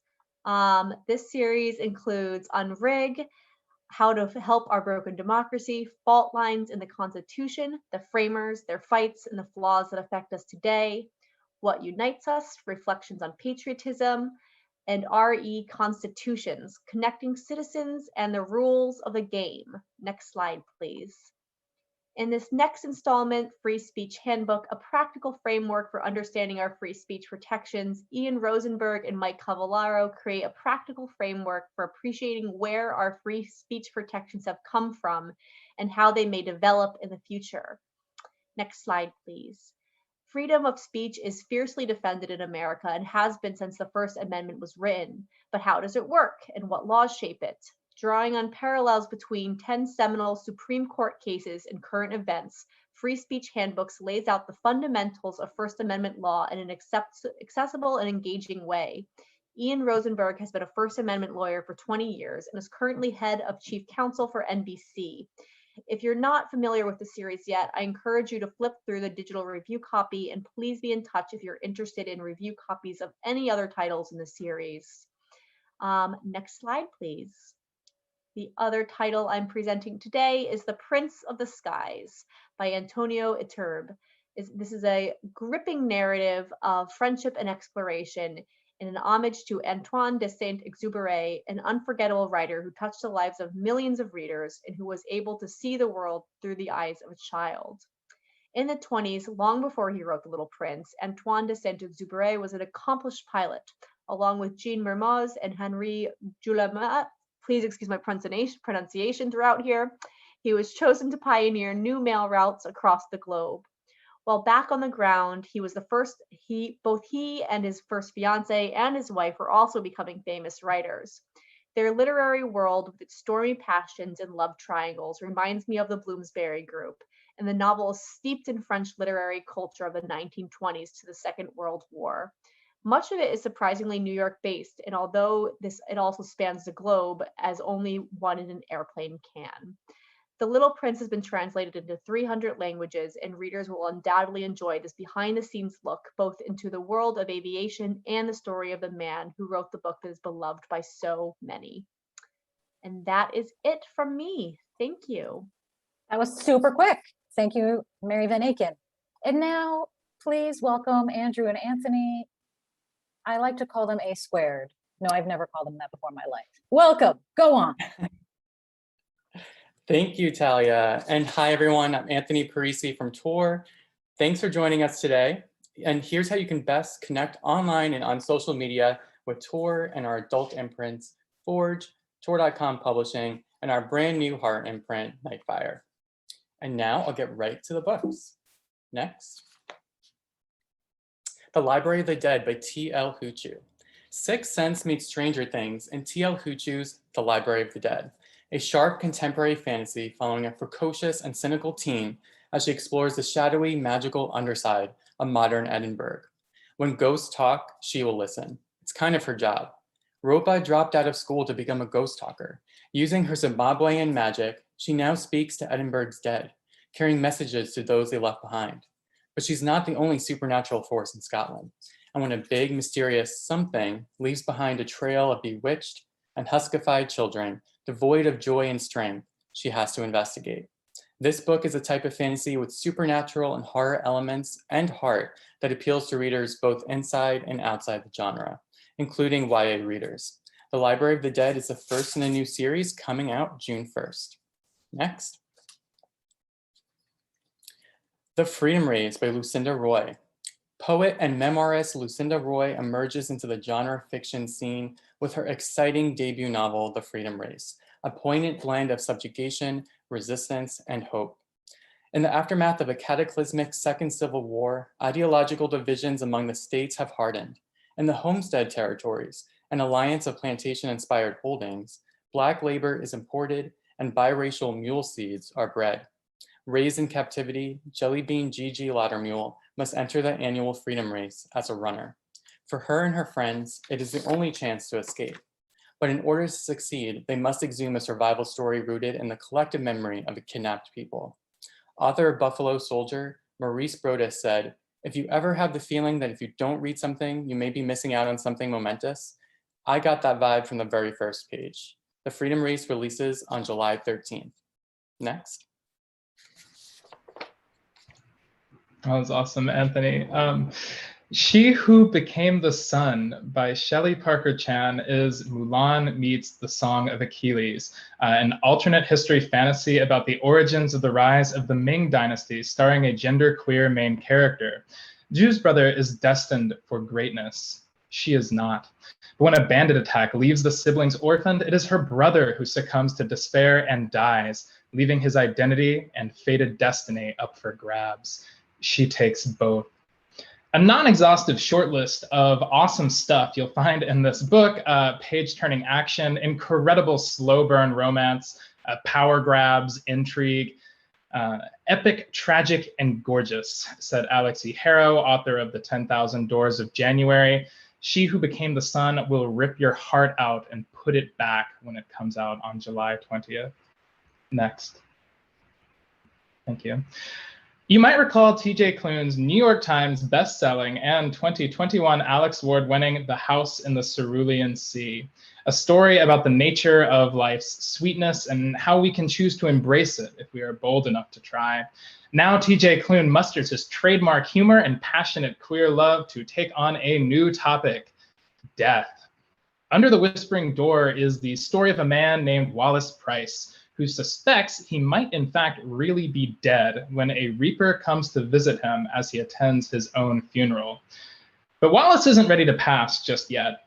With 7 days to experience all the life he barely lived before he died, this novel, by turns heartwarming and heartbreaking, is about a reluctant ghost and the tea shop owner / supernatural ferryman he falls in love with. Under the Whispering Door releases on September 21st. Next, please. Light from Uncommon Stars by Rika Aoki. This is Douglas Adams for the modern era. Funny, smart, and a defiantly joyful adventure set in California's San Gabriel Valley. Light from Uncommon Stars tells the stories of 3 strong women and how a family is worth crossing the universe for. Shizuka Satomi made a deal with the devil.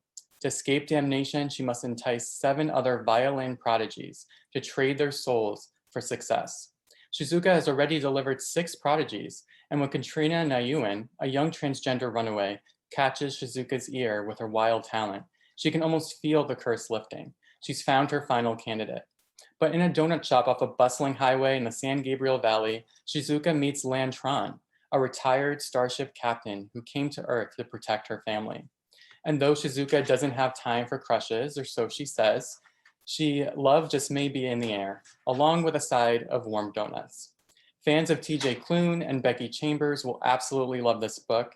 This is a trans owned voices story where the author is delivering a very personal, intimate, and relatable story about what it's like to grow up transgender.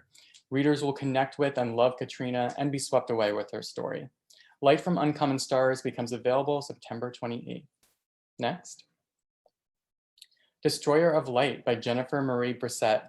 Reminiscent of Octavia Butler's Parable of the Sower, Jennifer Marie Brissett has created a disturbing and haunting science fiction narrative, interweaving mythology and with interdimensional aliens, human refugees, child soldiers, and genetic engineering.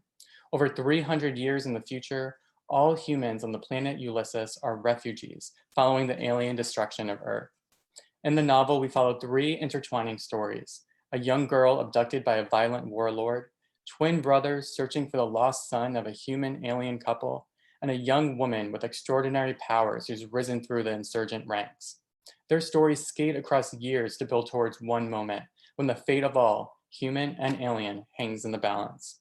This Own Voices science fiction novel's cast of characters is widely diverse and complex, with a narrative driven from the point of view of a young woman of color who learns to harness her genetically altered gifts, even as she deals with trauma at the hands of a scientist turned warlord. We don't have a cover yet, but please be on the lookout as will be revealed very soon. Destroyer of Light comes out on October 12th. Next. I am so excited to introduce 2 wonderfully scary stories from Tor Nightfire, our new horror imprint, now in its inaugural season. We've got twists, we've got scares, and all the bone-creeping dread your trembling heart can ask for. We're going to kick things off with Catriona Ward's The Last House on Needless Street, a sinister tale of secrets buried in the deep, dark wood coming home to haunt. In a boarded-up house on a dead-end street at the edge of the gloomy Washington Wild lives a family of 3, a teenage girl who isn't allowed to go outside, not after last time, a man who drinks alone in front of his TV, trying to ignore the gaps in his memory, and a house cat who loves napping and reading the Bible. This is the creepishly devastating psychological horror novel that Stephen King called a true nerve shredder that keeps its mind-blowing secrets to the very end, and y'all, he's right. The Last House on Needless Street darkens store shelves on September 28th. Next, please. Nothing But Blackened Teeth is a gorgeously eerie haunted house tale steeped in Japanese folklore from rising horror star Cassandra Kah. An abandoned Heian-era mansion, thrill-seeking friends out to celebrate a wedding. The bones of sacrificed girls buried deep beneath the foundation. Food, drinks, and games quickly spiral into nightmare as devious secrets test relationships, and the house has secrets too. For lurking in the shadows is a ghost bride with a black smile and a hungry heart. She gets lonely down there in the dirt. A sharp and devastating exploration of grief, the parasitic nature of relationships, and the consequences of our actions that Hugo, Nebula, and Fantasy Award-winning author Keats Johnson called compulsively readable and lyrically beautiful. You can sink your teeth into all that lyrical beauty and shivery horror when Nothing But Blackened Teeth releases on October 19th. Next, please. The Chosen and the Beautiful by Nhi Vo. Nhi Vo's debut novel reinvents the classic of the American canon, The Great Gatsby, as a coming-of-age story full of magic, mystery, and glittering excess, introducing herself as a major new literary voice. Jordan Baker grows up in the most rarefied circles of 1920s American society. She has money, education, and invitations to some of the most exclusive parties of the jazz age. She's also queer and Asian, a Vietnamese adoptee treated as an exotic attraction by her peers, while the most important doors remain closed to her. This is a gorgeous novel that tangles with race, sexuality, class, and magic that author Peter Jelly Clark says is genius, and that we should redo all the classics like this. I encourage you to read an eGalley on NetGalley before it pubs on June 1st. Next. A Spindle Splintered by Alex E. Harrow. A Spindle Splintered mixes modern prose with classic storytelling to deconstruct the canon of Sleeping Beauty stories and create a new feminist interpretation of the folktale. It's Zinnia Gray's 21st birthday, which is extra special because it's the last birthday she'll ever have. When she was young, an industrial accident left Zinnia with a rare condition. Not much is known about her illness, just that no one has lived past 21. Her best friend Charm is intent on making Zinnia's last birthday special. But when Zinnia pricks her finger, something strange and unexpected happens, and she finds herself falling through worlds with another Sleeping Beauty, just as desperate to escape her fate. Alex E. Harrow's heroine in A Spindle Splintered isn't sleeping, she's dying. Her terminal illness ties her narrative to a long line of cursed princesses. Even while delving into the darker themes covered up by Disney's animated interpretation, Alex E. Harrow's delightful voice keeps this story lively and engaging. Check out A Spindle Splintered coming October 5th. Next, A Marvelous Light by Freya Marsk. Red, White, and Royal Blue meets Jonathan Strange and Mr. Norrell and debut author Freya Marsk's A Marvelous Light. When an administrative mistake names Robin Blythe, the civil service liaison to a hidden magical society, he discovers what's been operating beneath the unextraordinary reality he's always known. Now Robin must contend with the beauty and danger of magic and a deadly curse, not to mention Edwin Corsi, his cold and prickly counterpart. When Robin's predecessor disappears, Robin and Edwin face unexpected dangers as they are thrown together into a reluctant partnership on opposite sides of the magic versus mundane divide, getting entangled in more ways than they could have anticipated. Fans of historical fiction can revel in the period details while also enjoying the intricate magical systems and romance which sparks off the page. And this is the first in a romantic fantasy trilogy where each book will focus on a different central queer relationship. So there will be lots more for readers to look forward to. Marvelous Light comes out on November 2nd. Before turning to fiction, Aggie Bloom Thompson covered real-life crime as a newspaper reporter for a number of papers, including the Boston Globe and Washington Post. Now she turns her experience and pen to crime fiction with a debut that Wendy Walker called a thriller not to be missed, I Don't Forgive You. Allie is desperate to make a good first impression in the kind of suburb where parenting feels like a competitive sport. Instead, she's framed for murder. This is the perfect book to bring to your book club or the beach. It is nail-bitingly suspenseful and thrillingly psychological. Don't try to guess what'll happen next, just hang on for the ride, said New York Times bestselling author Sarah Buchanan. I Don't Forgive You releases on June 8th. Next, please. When 39-year-old Maria Forsman wakes up in her 17-year-old body, she doesn't know how that happened, but she does know that she has to get back to her home and successful career, back to her husband, daughters, and unborn son. But she knows that in a few weeks' time, tragedy will strike her young future husband, a devastating event that will butterfly into their eventual meeting. Author Sarah Adlaka explores the responsibilities that love lays on us, the complicated burdens of parenthood, and the rippling impact of our choices. And she wouldn't change a thing.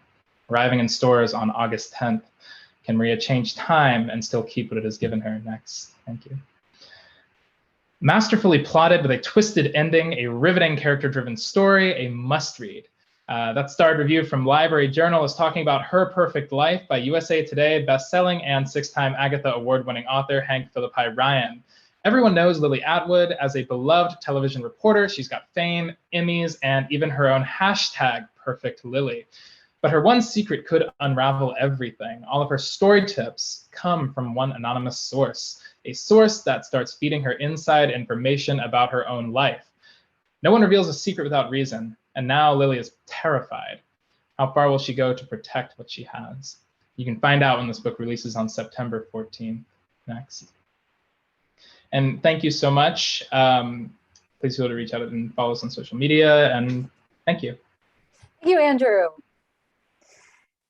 Put your hands together, friends, and welcome Amanda the Ace Roundtree and Samantha Sharkbait Slavin. Sharkbait, I think, okay, no. Good afternoon, everybody. Thank you so much for hanging in there to reach the last book buzz portion of the day, but don't go anywhere. We have one more author coming to talk to you all after us. We are Macmillan's Adult Library Marketing Department. Like Talia said, I am Amanda Roundtree, here with my colleague Samantha Slavin to present some exciting adult titles to you today. Here are all the ways that you can get in touch with us. We love hearing from you, so please reach out with any questions, concerns, or just virtual hugs. Next slide, please. Happy Half Hour is our weekly book talking series that airs every Monday at 4 p.m. Eastern, and we highlight 4 upcoming adult and YA titles. Plus, once a month, we will be joined by guest authors. And upcoming, we have S.A. Cosby on April 26th, Greg Hurwitz on May 3rd, and Alice Feeney on June 7th. Next slide. If you love genre fiction or are ready to try something new, I hope you'll all check out Genre for All on our website for exclusive content, giveaways, recommendations, and more, all focused on fantasy, sci-fi, romance, and horror. And now I'll hand it over to Samantha to get started on our titles for today. Thank you. First up, we have Apples Never Fall by Leon Moriarty.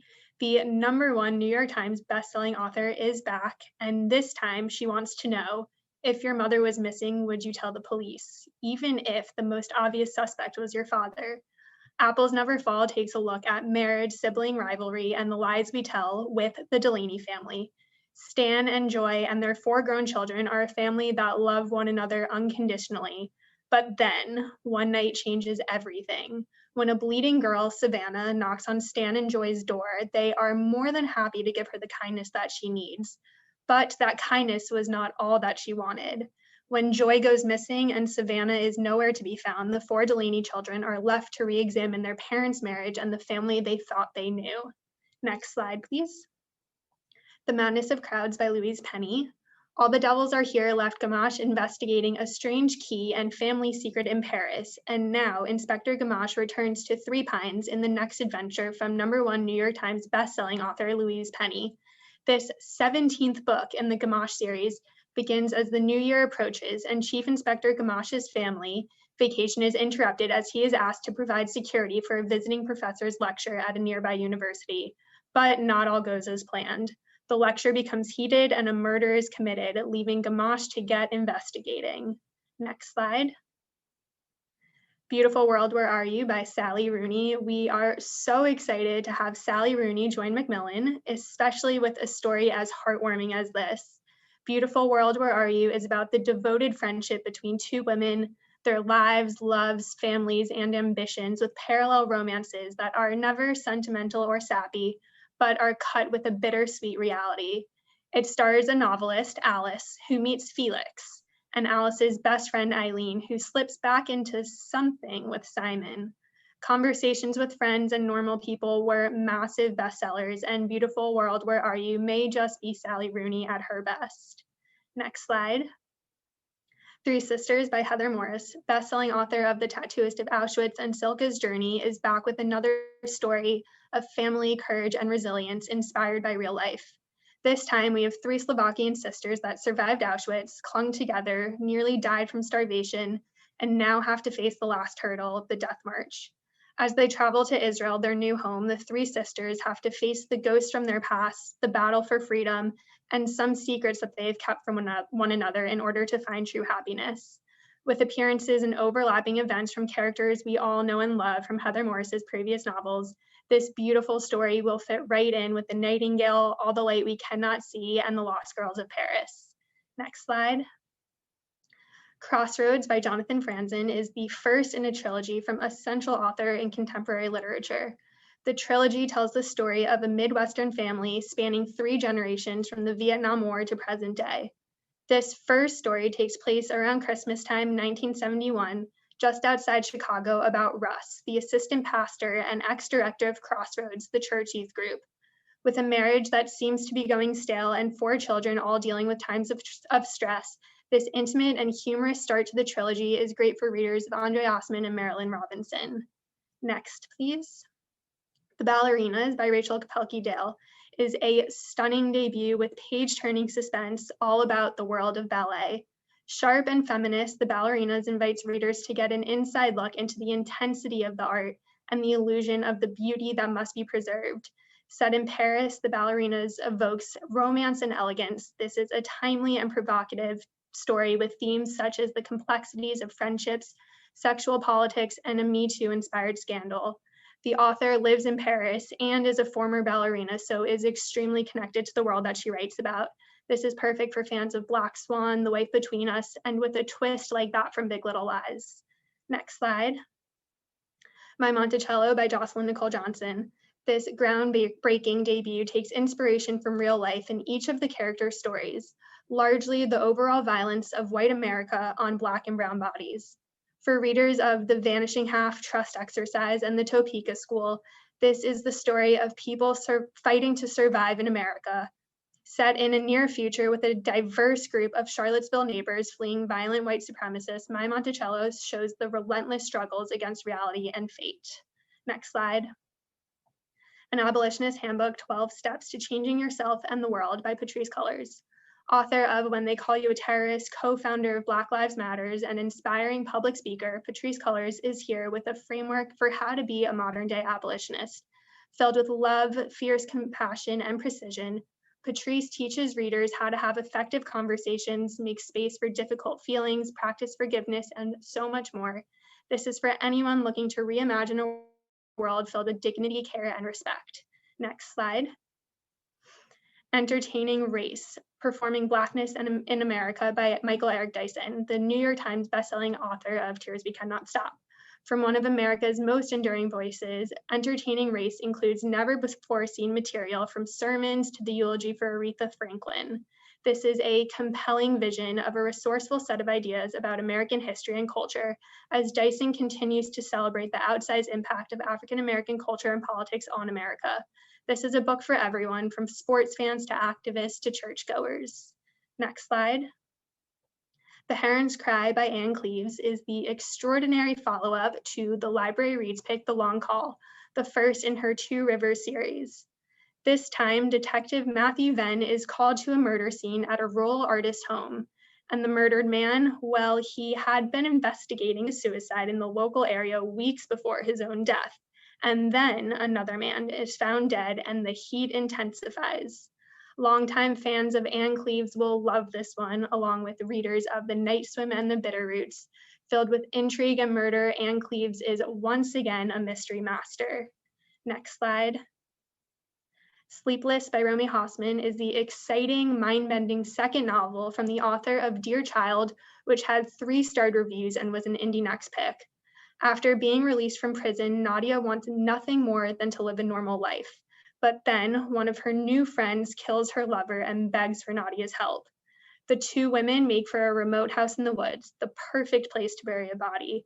But their plan quickly falls apart and Nadia finds herself outplayed, a pawn in a bizarre game in which she is both the perfect victim and the perfect murderer.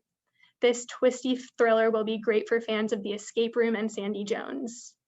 Next is LA Weather by Maria Amparo Escondón, a fast-paced and fun story of an affluent Mexican-American couple who announced their divorce after 40 years of marriage.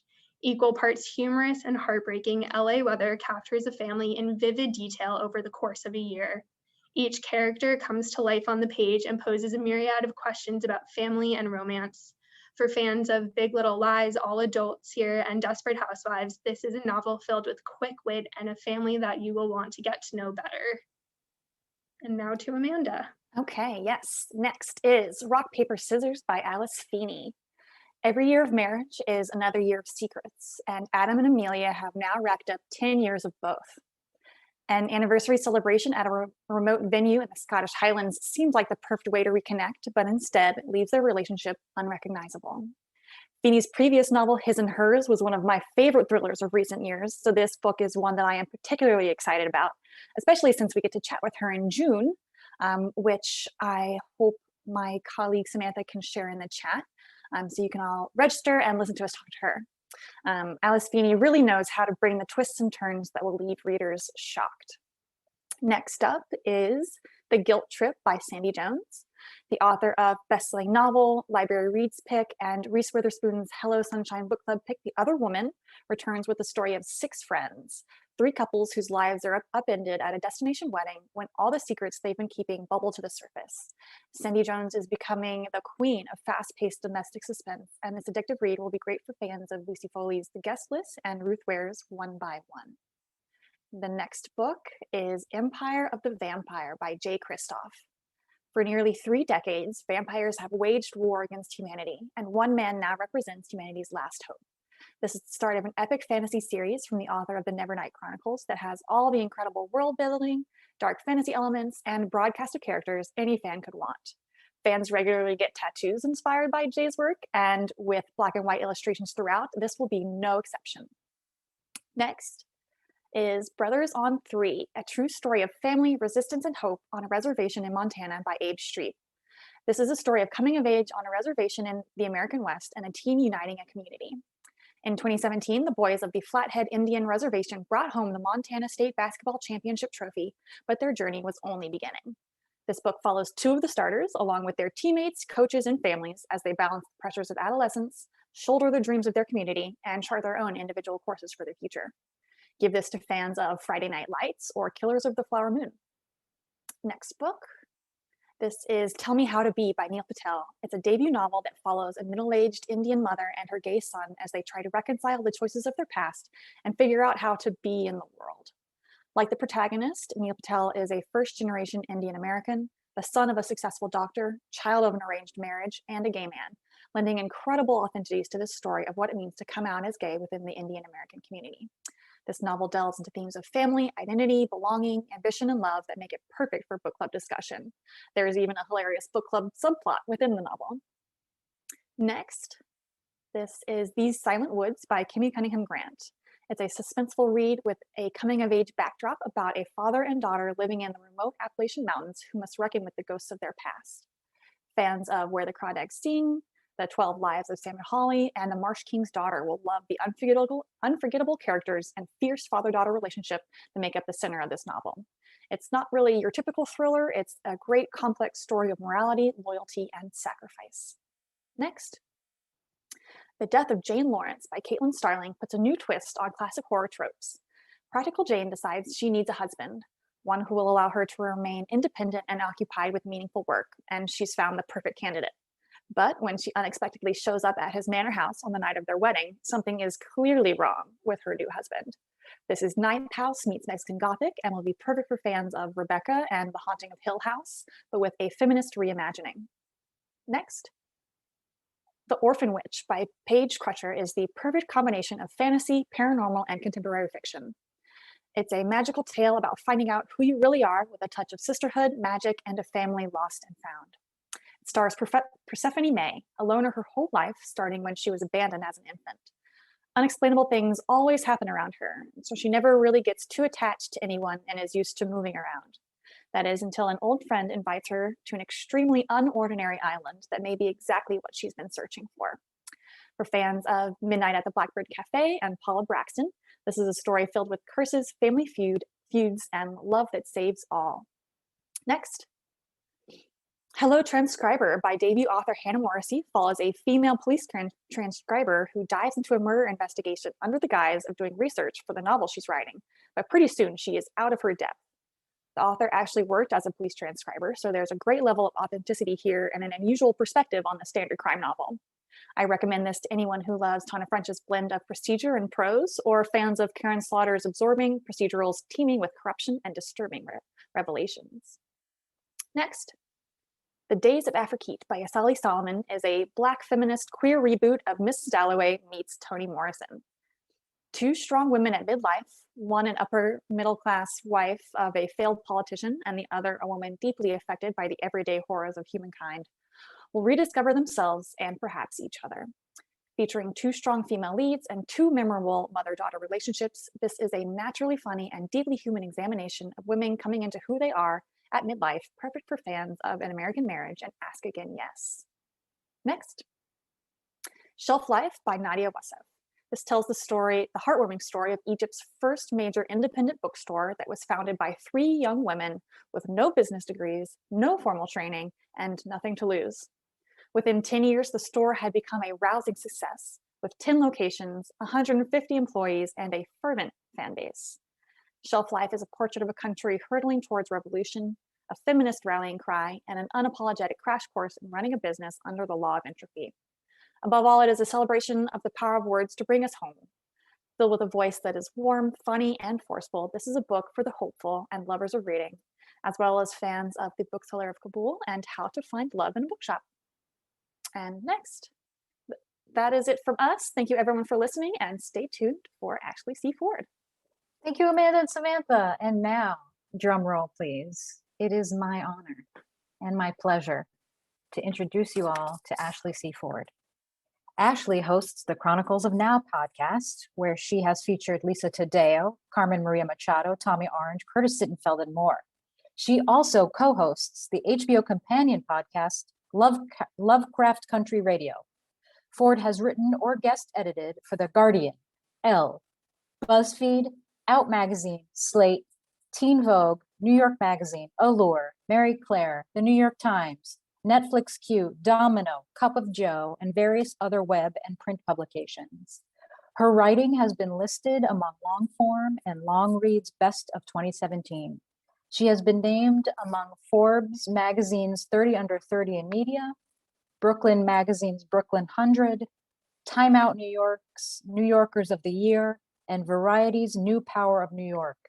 She lives in Indiana with her husband, Kelly Stacy, who is also a writer, and their chocolate lab, Astro Renegade Ford Stacy, will be publishing Somebody's Daughter, a memoir. How gorgeous is this cover? In June, Kirkus Reviews has already given it a star, but you can download it right now from Edelweiss. Ashley, please, would you please turn on your camera and turn on your mic. Hello, Talia. Thank you so much for that lovely, beautiful introduction.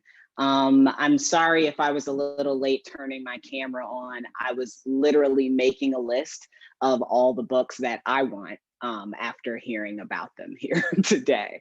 Thank you all so much for being here. First of all, I want to say that libraries in and of themselves have been so important to me and to my story. They actually show up in my book over and over again.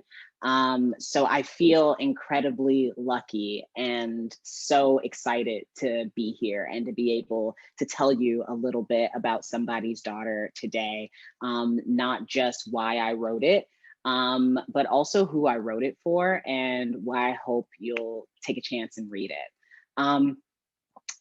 So essentially, this book is not a book I ever thought would exist. Statistically, for someone with my background, this is not a book that's supposed to exist. Statistically, given my background, I am not supposed to exist, but here I am, and here it is. When I was in college, I took a nonfiction writing class because it was required for my major. And at the end of that class, my teacher gave me an incredibly generous C, but she also told me that my work was really good. The C was because of all the homework I didn't turn in, which, you know, that's kind of part of the book too. Anyway, she told me that the essays that I had turned in when I did turn them in were really good. And she thought that maybe I had a book in me. And I thought she had lost her mind. Turns out I was wrong.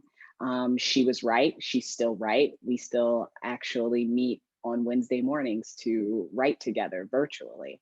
But that started the long journey of me trying to figure out what I had to say, what I wanted to say, and what was fair for me to say.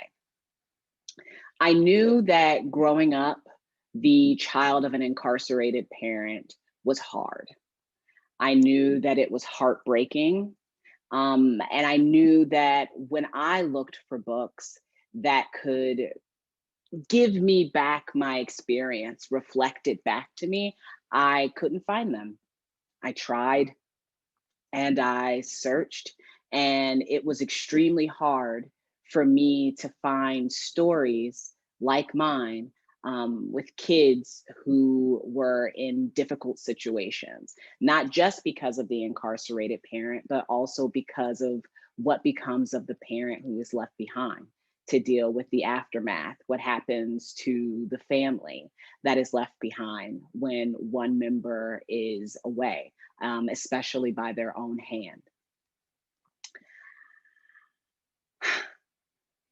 Not only was I always looking for a book that could reflect the experience of being the kid of an incarcerated parent, I was also always looking for books that reflected my experience in the body of a woman or the body of a budding woman, a young girl. And those were a little easier to find, though not as easy to find when you are a Black girl, when you are a young queer girl, and when you are looking just searching for something that says what's happening to you, what's happening inside you may be difficult, but it is normal. It's all normal. I didn't know it was normal.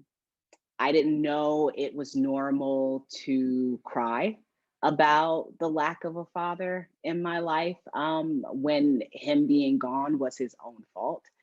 I didn't know it was normal for a mother's anger about her situation to bleed into the lives of her children.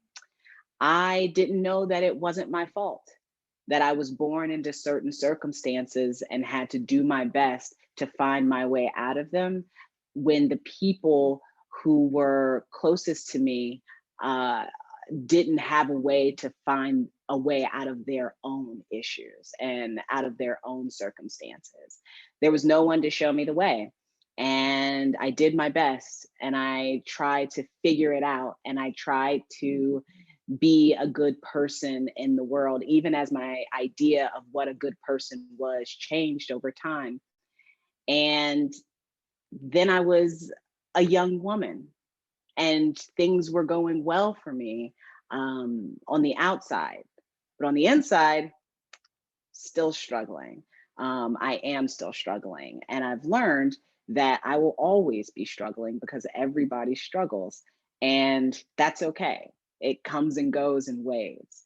And that's what I wanted this book to sort of lay out. The story I wanted it to tell is not necessarily one of tragedy, but one of real life and of the real experience that so many young people are having right now, every day across this country. And the fact that nobody hits reset when you turn 18.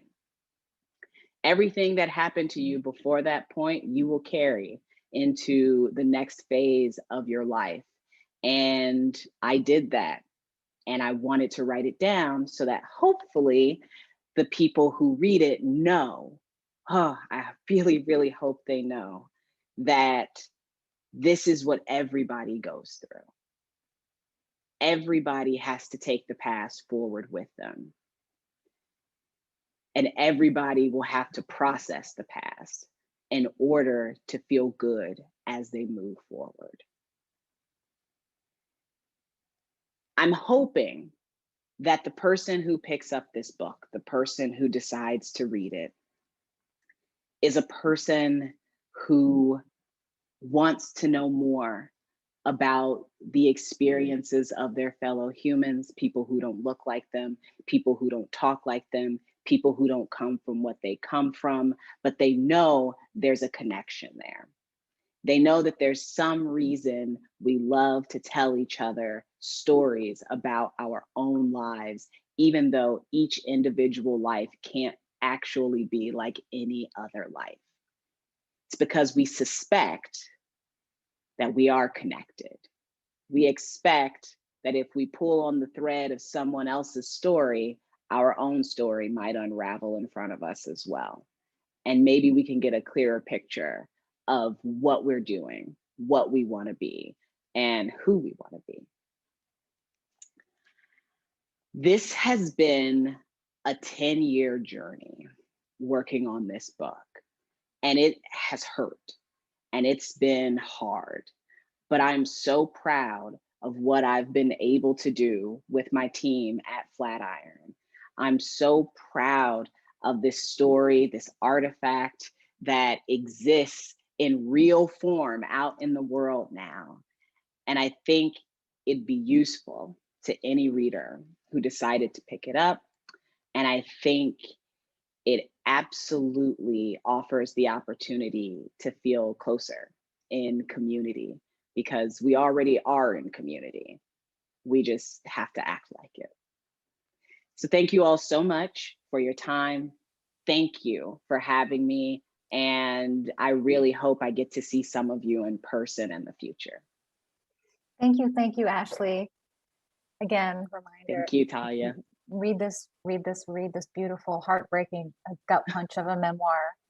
I'm honored to be part of the team that is publishing it. And that's it. Yeah.